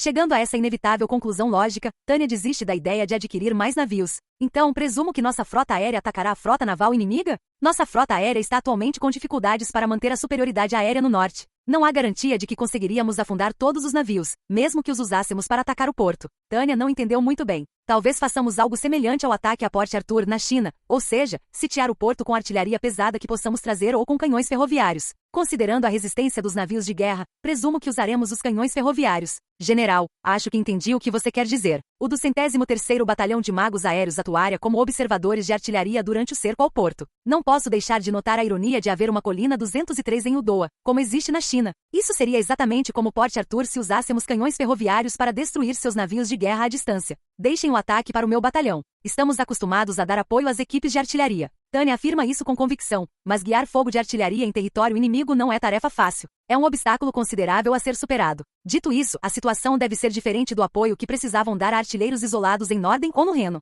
Desta vez, diversas abordagens podem ser adotadas. Enquanto Tânia pensa em táticas de observação e no equipamento necessário, ela se depara com algumas palavras inesperadas. Agradeço o entusiasmo, mas não vou deixar você liderar o ataque. O que? O médico explicará os detalhes para você. Você e seu batalhão atacarão os navios inimigos. Vê, você disse, doutor? Um alarme começa a soar alto na mente de Tânia. Merda. Isso é pior do que a notícia ruim original. Que merda. Já providenciei o uso do seu equipamento de aceleração. Quero que você faça mais reconhecimento. Não aqueles malditos mísseis que usávamos para atingir a República Francesa na frente do Reno. General, minhas unidades acabaram de sair de uma longa batalha. Não tenho tanta certeza de que possamos operar com capacidade total ainda. Preciso dar um jeito de me safar dessa. Apesar das minhas tentativas desesperadas de listar qualquer desculpa, razão ou fator que me venha à mente, o superior de Tânia já tem uma resposta implacável na ponta da língua. Que estranho. Há pouco tempo você estava se oferecendo para observar o fogo de artilharia na base naval. Ela não pode mentir. Com qualquer resposta falsa provavelmente sendo descoberta imediatamente. A única opção de Tânia é usar a verdade de alguma forma para fazer seu superior interpretar mal a situação.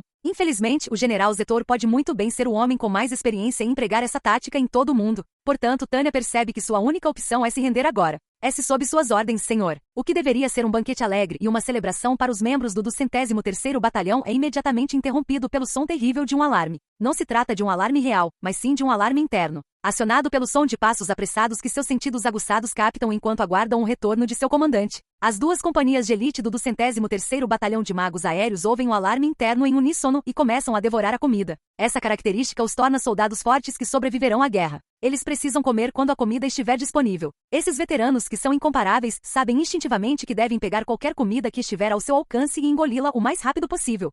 Ei, esse é meu. Primeiro tenente. Olha só quanto queijo você já comeu. Guarde um pouco para o resto de nós. Eu queria fazer um sanduíche e guardar para depois. Quem mordeu meu chocolate? Esse pão branco é tão gostoso. Existe uma estranha harmonia nas mãos ocupadas que alcançam a comida, se empurram umas às outras e agarram coisas que podem ser guardadas para mais tarde, enquanto o grande banquete desaparece rapidamente nos estômagos e mochilas dos soldados. Ser um mago aéreo é uma função que exige muito gasto calórico, e comer é essencial para isso, mas sua concentração está comprometida. Eles precisam manter a capacidade técnica para perceber mudanças sutis em seu entorno, como, por exemplo, seu comandante voltando frustrado pelo corredor. Dito isso, um soldado só pode permanecer vigilante até certo ponto. No momento em que a tenente-coronel Tânia von Degurechaf vislumbra o que está acontecendo no salão de banquetes, ela, de uma maneira que explica como um portador da insígnia de prata branca pode ganhar o apelido de prata enferrujada, lança um olhar fulminante enquanto chama seu batalhão. Atenção, todas as unidades. Reúnam-se imediatamente. Apesar de ser uma maga veterana e heroína de guerra, Victoria Ivanovna Serebriakol quase se engasga com a mordida enorme de sanduíche de presunto que enfiou goela abaixo.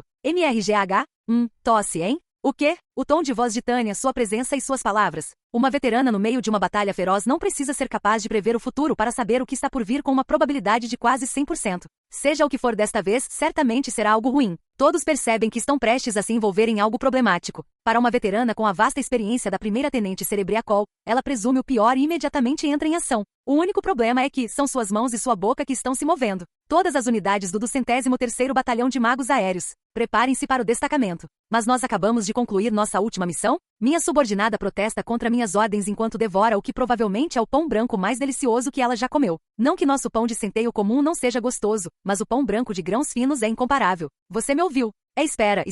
Deixa eu terminar isso primeiro. Um dos meus soldados grita isso enquanto come mais pão branco com um pouco do meu café. É difícil até imaginar beber um café dessa qualidade de forma tão grosseira. Só de pensar no preço, já me dá vontade de desmaiar. Dito isso, parece que a maioria dos meus subordinados está mais interessada no pão do que no café. Algumas das fatias de pão têm carne deliciosa no meio. Embora não há tempo suficiente para apreciar o sabor, mas ainda assim é muito melhor do que as provisões a que estão acostumados. Deve estar uma delícia. Comê-lo assim seria um verdadeiro desserviço à sua qualidade, mas é melhor do que desperdiçá-lo. Meus subordinados continuam comendo sem parar, pegando mais comida enquanto eu espero. Parem de comer a culinária e o Doana imediatamente. Preciso que se reúnam agora mesmo. Vocês sabem o que acontecerá se não o fizerem. Para eles, fica claro que estou chegando ao meu limite quando termino minha exigência com um tom evidente de frustração. Todos eles estão no 203º Batalhão de Magos Aéreos há muito tempo, então sabem onde está a linha que não devem cruzar. Mesmo assim, o primeiro-tenente Cerebriacol tenta resistir mais uma vez.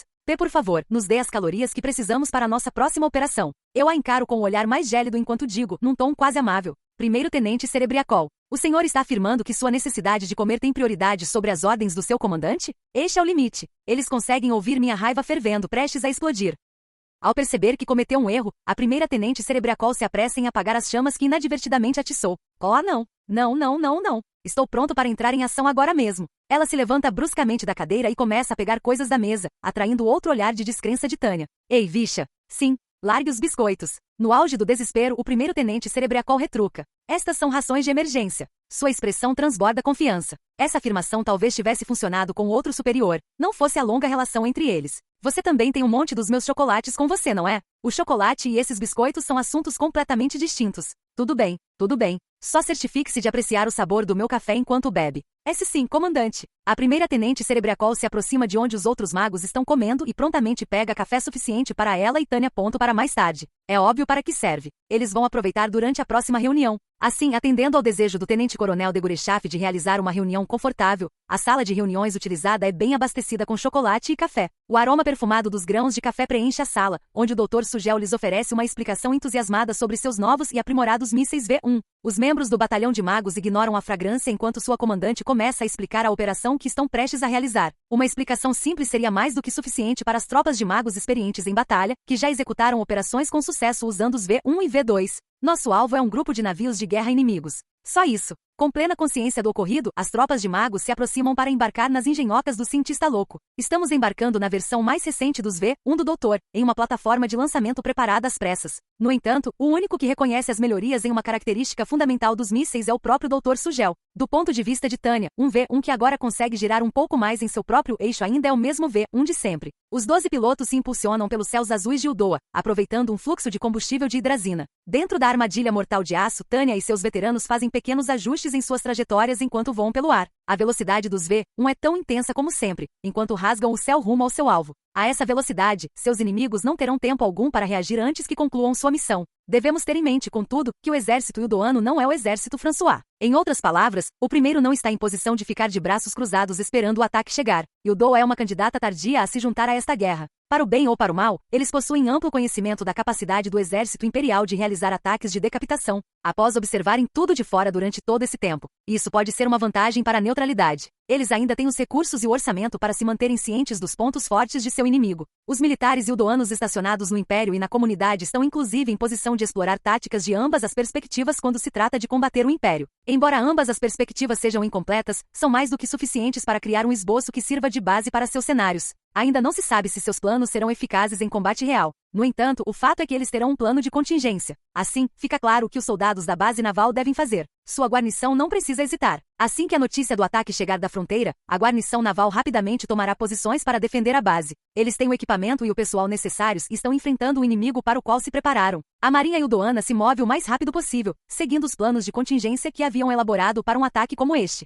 Isso evidentemente envolve o uso de todo o poder de fogo antiaéreo disponível, uma tática tão eficaz quanto simples. Uma densa cortina de fogo inimigo se dirige em nossa direção, deixando Tânia em estado de choque. Ainda nem chegamos perto? O que mais a choca é a distância de onde estão atirando. Não é uma distância da qual mísseis antiaéreos possam ser disparados com eficácia. Normalmente Tânia daria risada disso considerando histeria. No entanto, não há nada de engraçado na situação que se desenrola diante dela. Entendo. Eles estão tentando bloquear nossa visão. A densidade da cortina de fogo antiaéreo inimiga é suficientemente esparsa para permitir que Tânia e suas tropas a penetrem. Isso, porém, é exatamente o que o inimigo deseja, pois a fumaça negra liberada pelos mísseis antiaéreos torna exponencialmente mais difícil enxergar através dela. Por mais frustrante que isso possa ser, a fumaça preta deixa claro que os soldados que defendem o porto vão nos atacar com tudo o que têm. Os contratorpedeiros também parecem estar lançando uma cortina de fumaça. Não sei ao certo o quanto eles pretendem forçar as caldeiras de seus navios, mas a tática deles é terrivelmente eficaz. Nesse ritmo, não vamos conseguir ver nada. Esses malditos Eldoanos são os bastardos espertos. É difícil fazer pequenos ajustes na trajetória final do V1.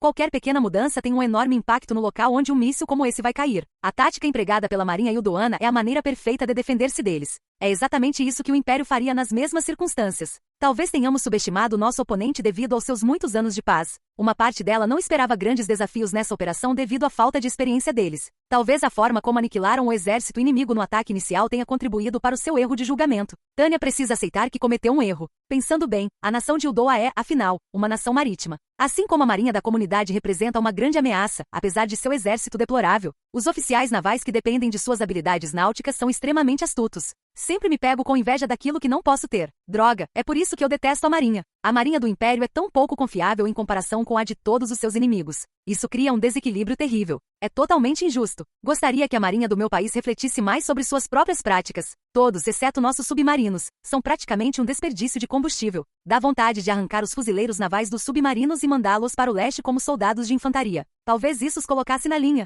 Tânia engole a agitação e começa a pensar no assunto em questão. Devo me preocupar comigo mesmo em vez de com os outros. Essa cortina de fumaça é inesperada. Há apenas 12 V1 do nosso lado. Nosso número é muito baixo para nos dispersarmos e esperarmos atingir nossos alvos através do fogo de cobertura deles. Se minhas unidades não conseguirem acertar seus disparos, não há muito a ganhar com esta operação. Espere. Por que precisamos acertar todos eles? É uma expectativa absurda para começar. Não somos tão tolos a ponto de acreditar em uma realidade onde um ataque tão conveniente possa ser bem-sucedido. Somos uma companhia de veteranos. Não há como esperarmos que todos os nossos disparos sejam perfeitos. Duvido que consigamos afundar todos os 5 navios deles. Mesmo que nossos mísseis acertem o alvo, existe a possibilidade de que sejam resistentes demais para serem afundados. Nesse sentido, uma nova ideia surge na mente de Tânia. O do 103º pode muito bem mirar em 1 ou 2 por enquanto. A cortina de fumaça não lhes permitirá ter muita esperança. Com o adiante da cortina de fogo antiaéreo e da fumaça, fica evidente que deveríamos ter considerado mais algumas opções antes de realizarmos o destacamento. Dito isso, nosso plano atual já está em andamento. Alterações de última hora no plano seriam algo ruim? Há momentos na vida em que é preciso optar pelo segundo melhor plano se este for mais confiável, devido a qualquer confusão que possa impedir a execução ideal do plano original. Ao mesmo tempo, as ordens não devem ser alteradas por capricho. Se errarmos e nos lançarmos em uma cortina de completa confusão, os danos que sofreremos serão muito grandes. O que acontecerá se errarmos? Haverá uma próxima vez? Quer dizer, não é como se eu realmente quisesse usar esses V1 de novo, mas isso é algo que precisa ser considerado do ponto de vista profissional. O que me parece claro agora é o quão limitada é essa oportunidade.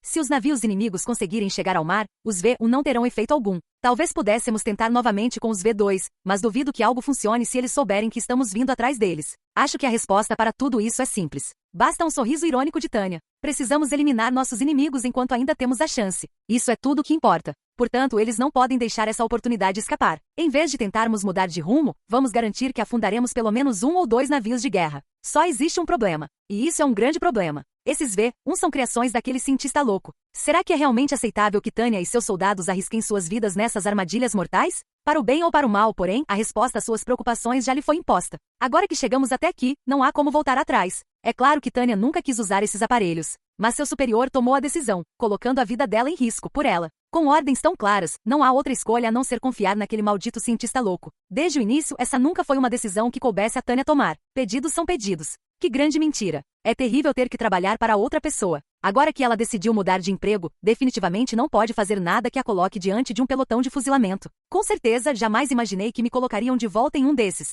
Ela balança a cabeça para afastar qualquer pensamento que a distraia. Agora, ela precisa se concentrar em arremessar essa pilha de metal voadora contra uma das pilhas de metal flutuantes do inimigo. Deixando de lado o quão perigosas as V1 são, uma coisa é certa, elas definitivamente têm um poder de fogo considerável. Com a nossa visão prejudicada, o do 103º terá de se concentrar em conduzi-los manualmente. 01 para todas as unidades. Vamos prosseguir conforme o planejado. É por isso que Tânia fala com seus subordinados quando eles se aproximam do alvo que está na mira. O ideal seria atacá-los diretamente, mas tente chegar o mais perto possível. Se puder, mire nas hélices. Um navio de guerra ainda é muito perigoso mesmo que não possa se mover. Dito isso, certamente não é tão perigoso quanto um navio de guerra que pode se mover. O Império precisa que a Marinha Yudoana perca seus recursos hoje. Camaradas, tenho muita fé em todos vocês. Continuem obtendo resultados como sempre. É só isso. A fala de um superior deve ser sempre rápida e objetiva. Após enviar uma breve mensagem aos seus soldados, Tânia sintoniza o rádio no canal do seu ajudante. Ajudante, estamos seguindo a formação inicial. Você e eu vamos eliminar o navio de guerra mais atrás.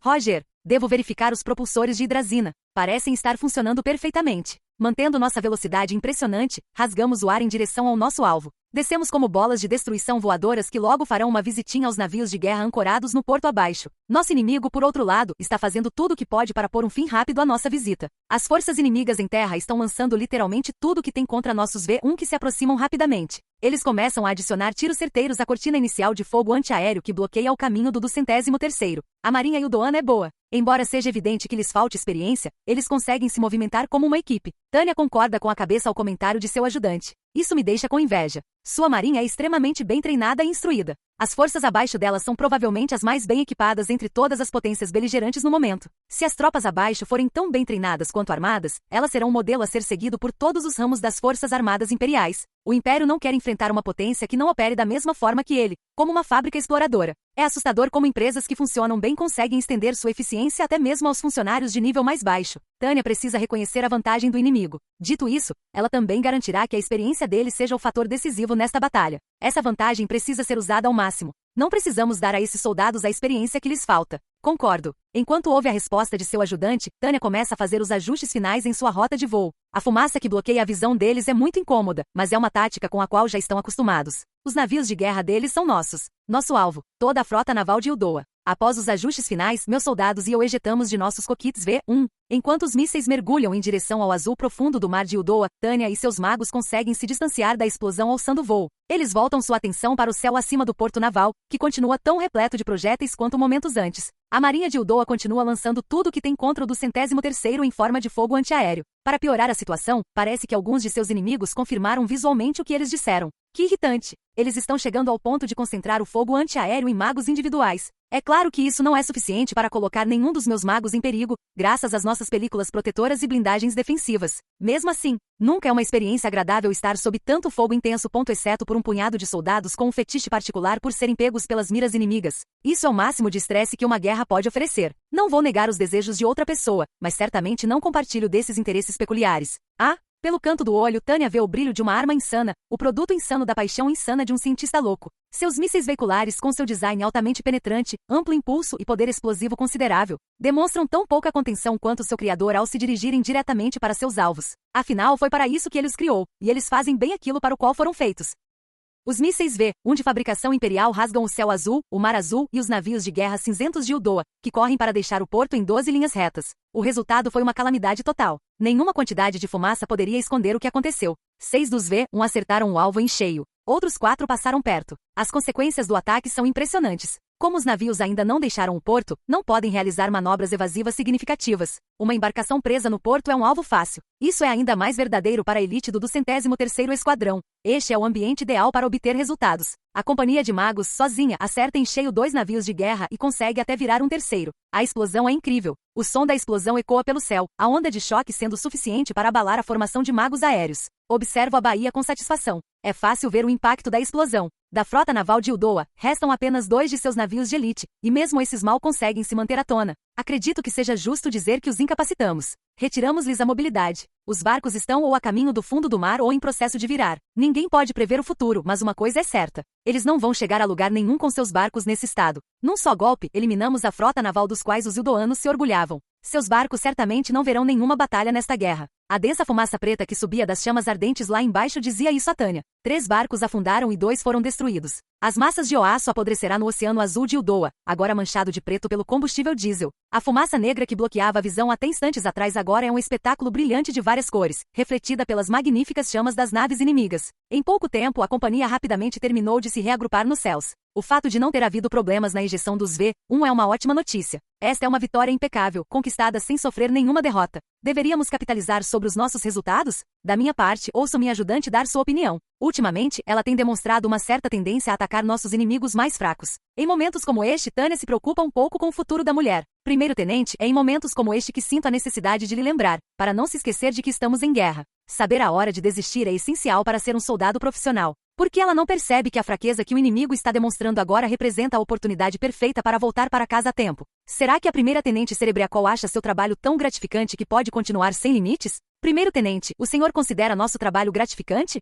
Você está falando em cumprir nosso dever? Minha subordinada adota uma postura defensiva. Essa é a reação correta. Um superior questionando os desejos de seu subordinado geralmente é mal visto. Por mais que eu queira que ela relaxe a tensão nos ombros, não é tão fácil, mesmo para alguém tão bom em comunicação quanto eu.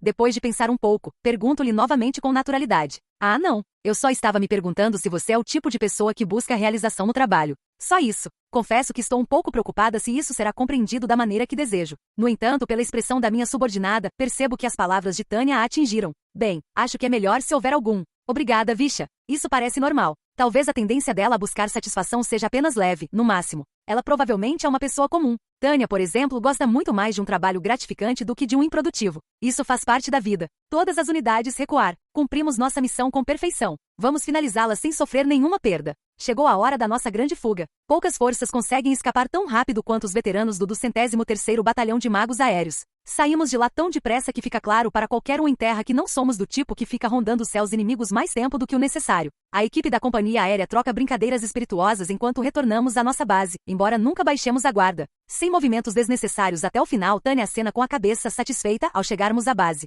Bom trabalho, pessoal! Estão todos dispensados, diz Tânia antes de se virar para sua ajudante e perceber que provavelmente deveria estender seus agradecimentos a ela também. O mesmo vale para você, ajudante. Você se saiu bem hoje. Obrigado. Então, coronel, para onde iremos agora?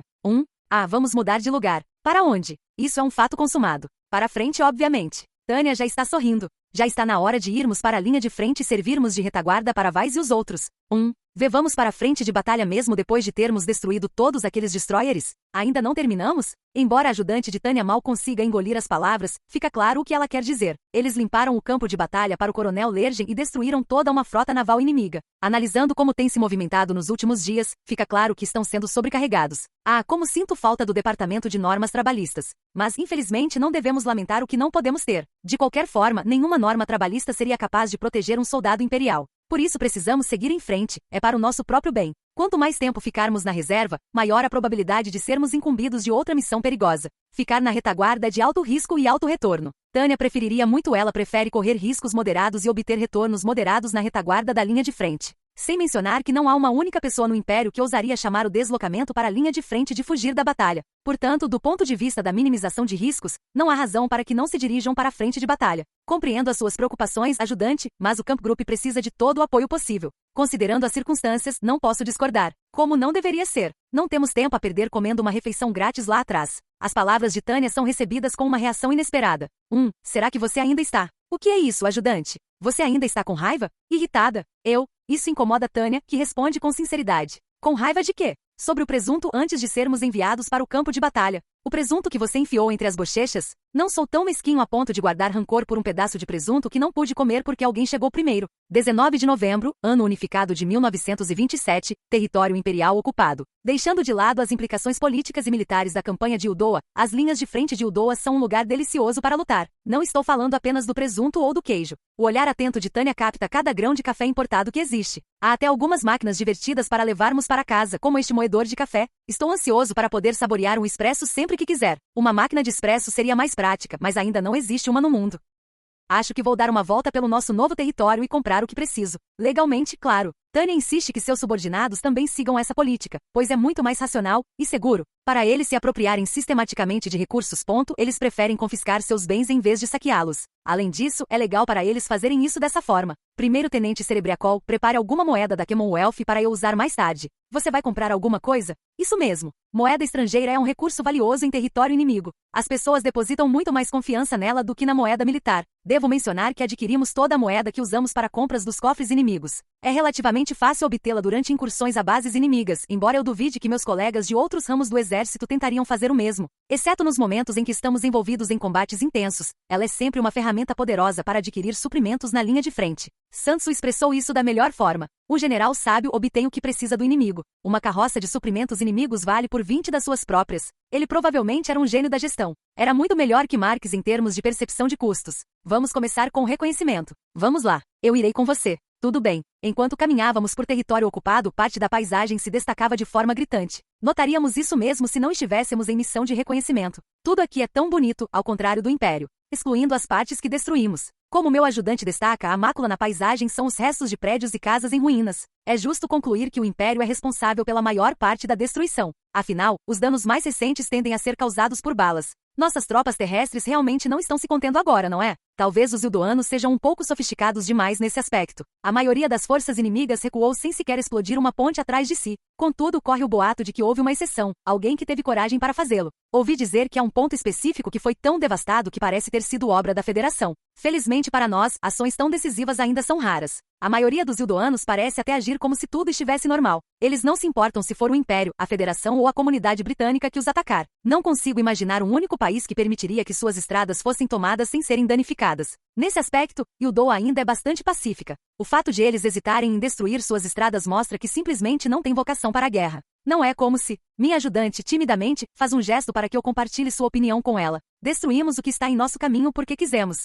Tânia concorda com ela sobre isso. Isso mesmo. Recebemos essa ordem por necessidade. Há uma pergunta que permanece sem resposta. Será que a deusa da necessidade é realmente uma deusa? É uma perspectiva importante e uma questão profunda para Tânia. Pelo que Tânia consegue perceber, o fato de indivíduos como Ser X terem abandonado este mundo à própria sorte é a origem de muitos de seus problemas. É algo difícil de compreender, mesmo considerando a hipótese do mundo justo. Apesar de todo o sofrimento que tenho, por que recebo tão pouco em troca? Não há salvação para a humanidade enquanto essa pergunta permanecer sem resposta. Tânia leva a mão ao bolso casualmente para pegar algo. Visha deu uma olhada nisso. Ah, o que é isso? É uma batata. Uma única batata. É um pouco pequena e disforme demais para ser chamada de batata propriamente dita. Mesmo assim, isto aqui é uma batata. Para um soldado, o básico do básico é pegar o que puder e enfiar nos bolsos antes de partir para mais uma missão. Isso porque nunca se sabe quando será a próxima vez que ele poderá obter os suprimentos necessários. Ao ver a expressão de suspeita no rosto do primeiro-tenente Cerebriacol, Tânia acena com a cabeça. Acho estranho eu estar carregando uma batata por aí, não é? Bem, eu esperava que você trouxesse uma barra de chocolate, considerando o quanto você gosta delas. Isso não está incorreto. Tânia gira a batata na palma da mão e esboça um sorriso irônico. Achei que esta seria uma boa oportunidade para comparar o tamanho das nossas batatas com as de Ildoa. Escolhi uma aleatoriamente da nossa base. Provavelmente não deveria me surpreender que tenha sido necessário usar minha autoridade como comandante de um batalhão de magia aérea do Estado-Maior para conseguir uma batata tão insignificante quanto esta. Não vale a pena mencionar isso ao meu ajudante, mas este tenente-coronel, um oficial renomado da magia aérea e membro do Estado-Maior, teve que negociar seriamente por esta mísera batata. No entanto, opto por não comparar o pequeno vegetal com seu equivalente ildoano. Eu queria comparar com as batatas daqui, mas decidi me conter. Por que você decidiu fazer isso? Isso é óbvio. Como ela não percebe? Tânia suspira antes de compartilhar a desagradável realidade com seu ajudante. Porque eu sabia que isso só me deixaria triste, ajudante. As batatas que encontrei em Ildoa são verdadeiramente magníficas. Chegam a fazer-nos questionar se são mesmo o mesmo vegetal. A cor, o tamanho e o peso são completamente diferentes. Só de assegurar, já se sente a quantidade de nutrientes que elas contêm. As batatas do Império são tão finas e cheias de sementes em comparação. Pensar que estes são considerados um elemento básico do Império. O veneno da guerra total corroeu completamente os alicerces do Império. Recebemos ordens da deusa da necessidade para virmos aqui. Não resta nada para o Império senão nossa própria destruição enquanto trilhamos o caminho nebuloso que nos foi imposto. O destino é sempre tão cruel. Assim, o general Zetor decidiu desafiar o destino que lhe foi dado e tentar escapar dele. Pelo que Tânia sabe, o homem conhecido como Zetor é, individualmente, provavelmente tão bom e piedoso quanto qualquer outro. Mas como parte desta organização, ele é um realista implacável. Ele provavelmente chegaria ao ponto de não deixar que o que a maioria consideraria um deus se interpusesse em seu caminho. Qualquer coisa que cruze seu caminho e o impeça é destruída. Isso significa que se a deusa da necessidade decidisse abandonar o Império, o vice-diretor do corpo de serviço no Estado-Maior responderia com um enorme gesto obsceno. Ele não terá misericórdia, nem mesmo de um deus. Por mais irônico que pareça, se isso permitisse ao Império evitar o caminho para a nossa própria destruição, o general von Zetor se curvaria perante qualquer deus, sardinha ou até mesmo monstro de espaguete voador. Isso mesmo, estamos nos aproximando do fim. Este é o caminho que o general von Zetor está trilhando, um caminho para acabar com a guerra. Sem rodeios, nossa operação atual é uma tentativa de pouso forçado para minimizar as perdas. Em outras palavras, é o fim do Império. Tudo o que fazemos agora é em busca de um meio para atingir nosso fim. As medidas que tomamos em Uldoa nos proporcionam apenas um pouco de tempo. É provável que o general von Zetor tente usar isso para pôr fim às hostilidades no leste. Ele se livrará dos recursos restantes do Império ou os descartará como forma de ajustar nossas dívidas. Isso, claro, se houver alguma lógica em suas ações. De qualquer forma, Tanya não pode afirmar se sua teoria está correta ou não. Uma parte de Tanya está um pouco em conflito com tudo isso. Seu instinto lhe diz que o general Zetor tem intenções mais profundas por trás da campanha em Uldoa do que ele deixa transparecer como uma simples operação militar. Se for uma campanha política, é difícil dizer exatamente quais são os seus objetivos. Tenho certeza de que há algo político acontecendo aqui, algo em tudo isso cheira a ocultação. Não tenho certeza com base em evidências físicas, mas a intuição de Tanya está captando algo. O Império precisa ter algum ganho ao atacar Uldoa. Até que eu descubra o que é, não passo de um peão nas mãos do general. Devo continuar desempenhando o papel de um peão competente, mas um peão também precisa pensar por si mesmo. Se eu não conseguir definir meu próprio preço, corro o risco de ser vendido contra a minha vontade. Preciso me preparar para ficar atento a quaisquer mudanças desse tipo. Minha rede de contatos e minhas conexões pessoais continuarão sendo importantes daqui para frente. Dou uma olhada rápida no meu ajudante. Também quero acompanhar de perto a carreira dos meus subordinados, da melhor forma possível. Se pudesse, gostaria de vendê-los todos de uma vez comigo como gerente para agregar valor como um pacote. Mas me pergunto quem compraria um pacote desses. Com certeza não vamos nos tornar comunistas, o que suponho, nos deixa com os capitalistas. Capitalistas podem ser convencidos com lucros. Embora isso não signifique que os comunistas não tenham seus próprios interesses políticos. No fim das contas, um comunista continua sendo um comunista. Para uma cidadã tão civilizada e culta quanto Tanya, não haverá muita margem de manobra sem um mercado adequado.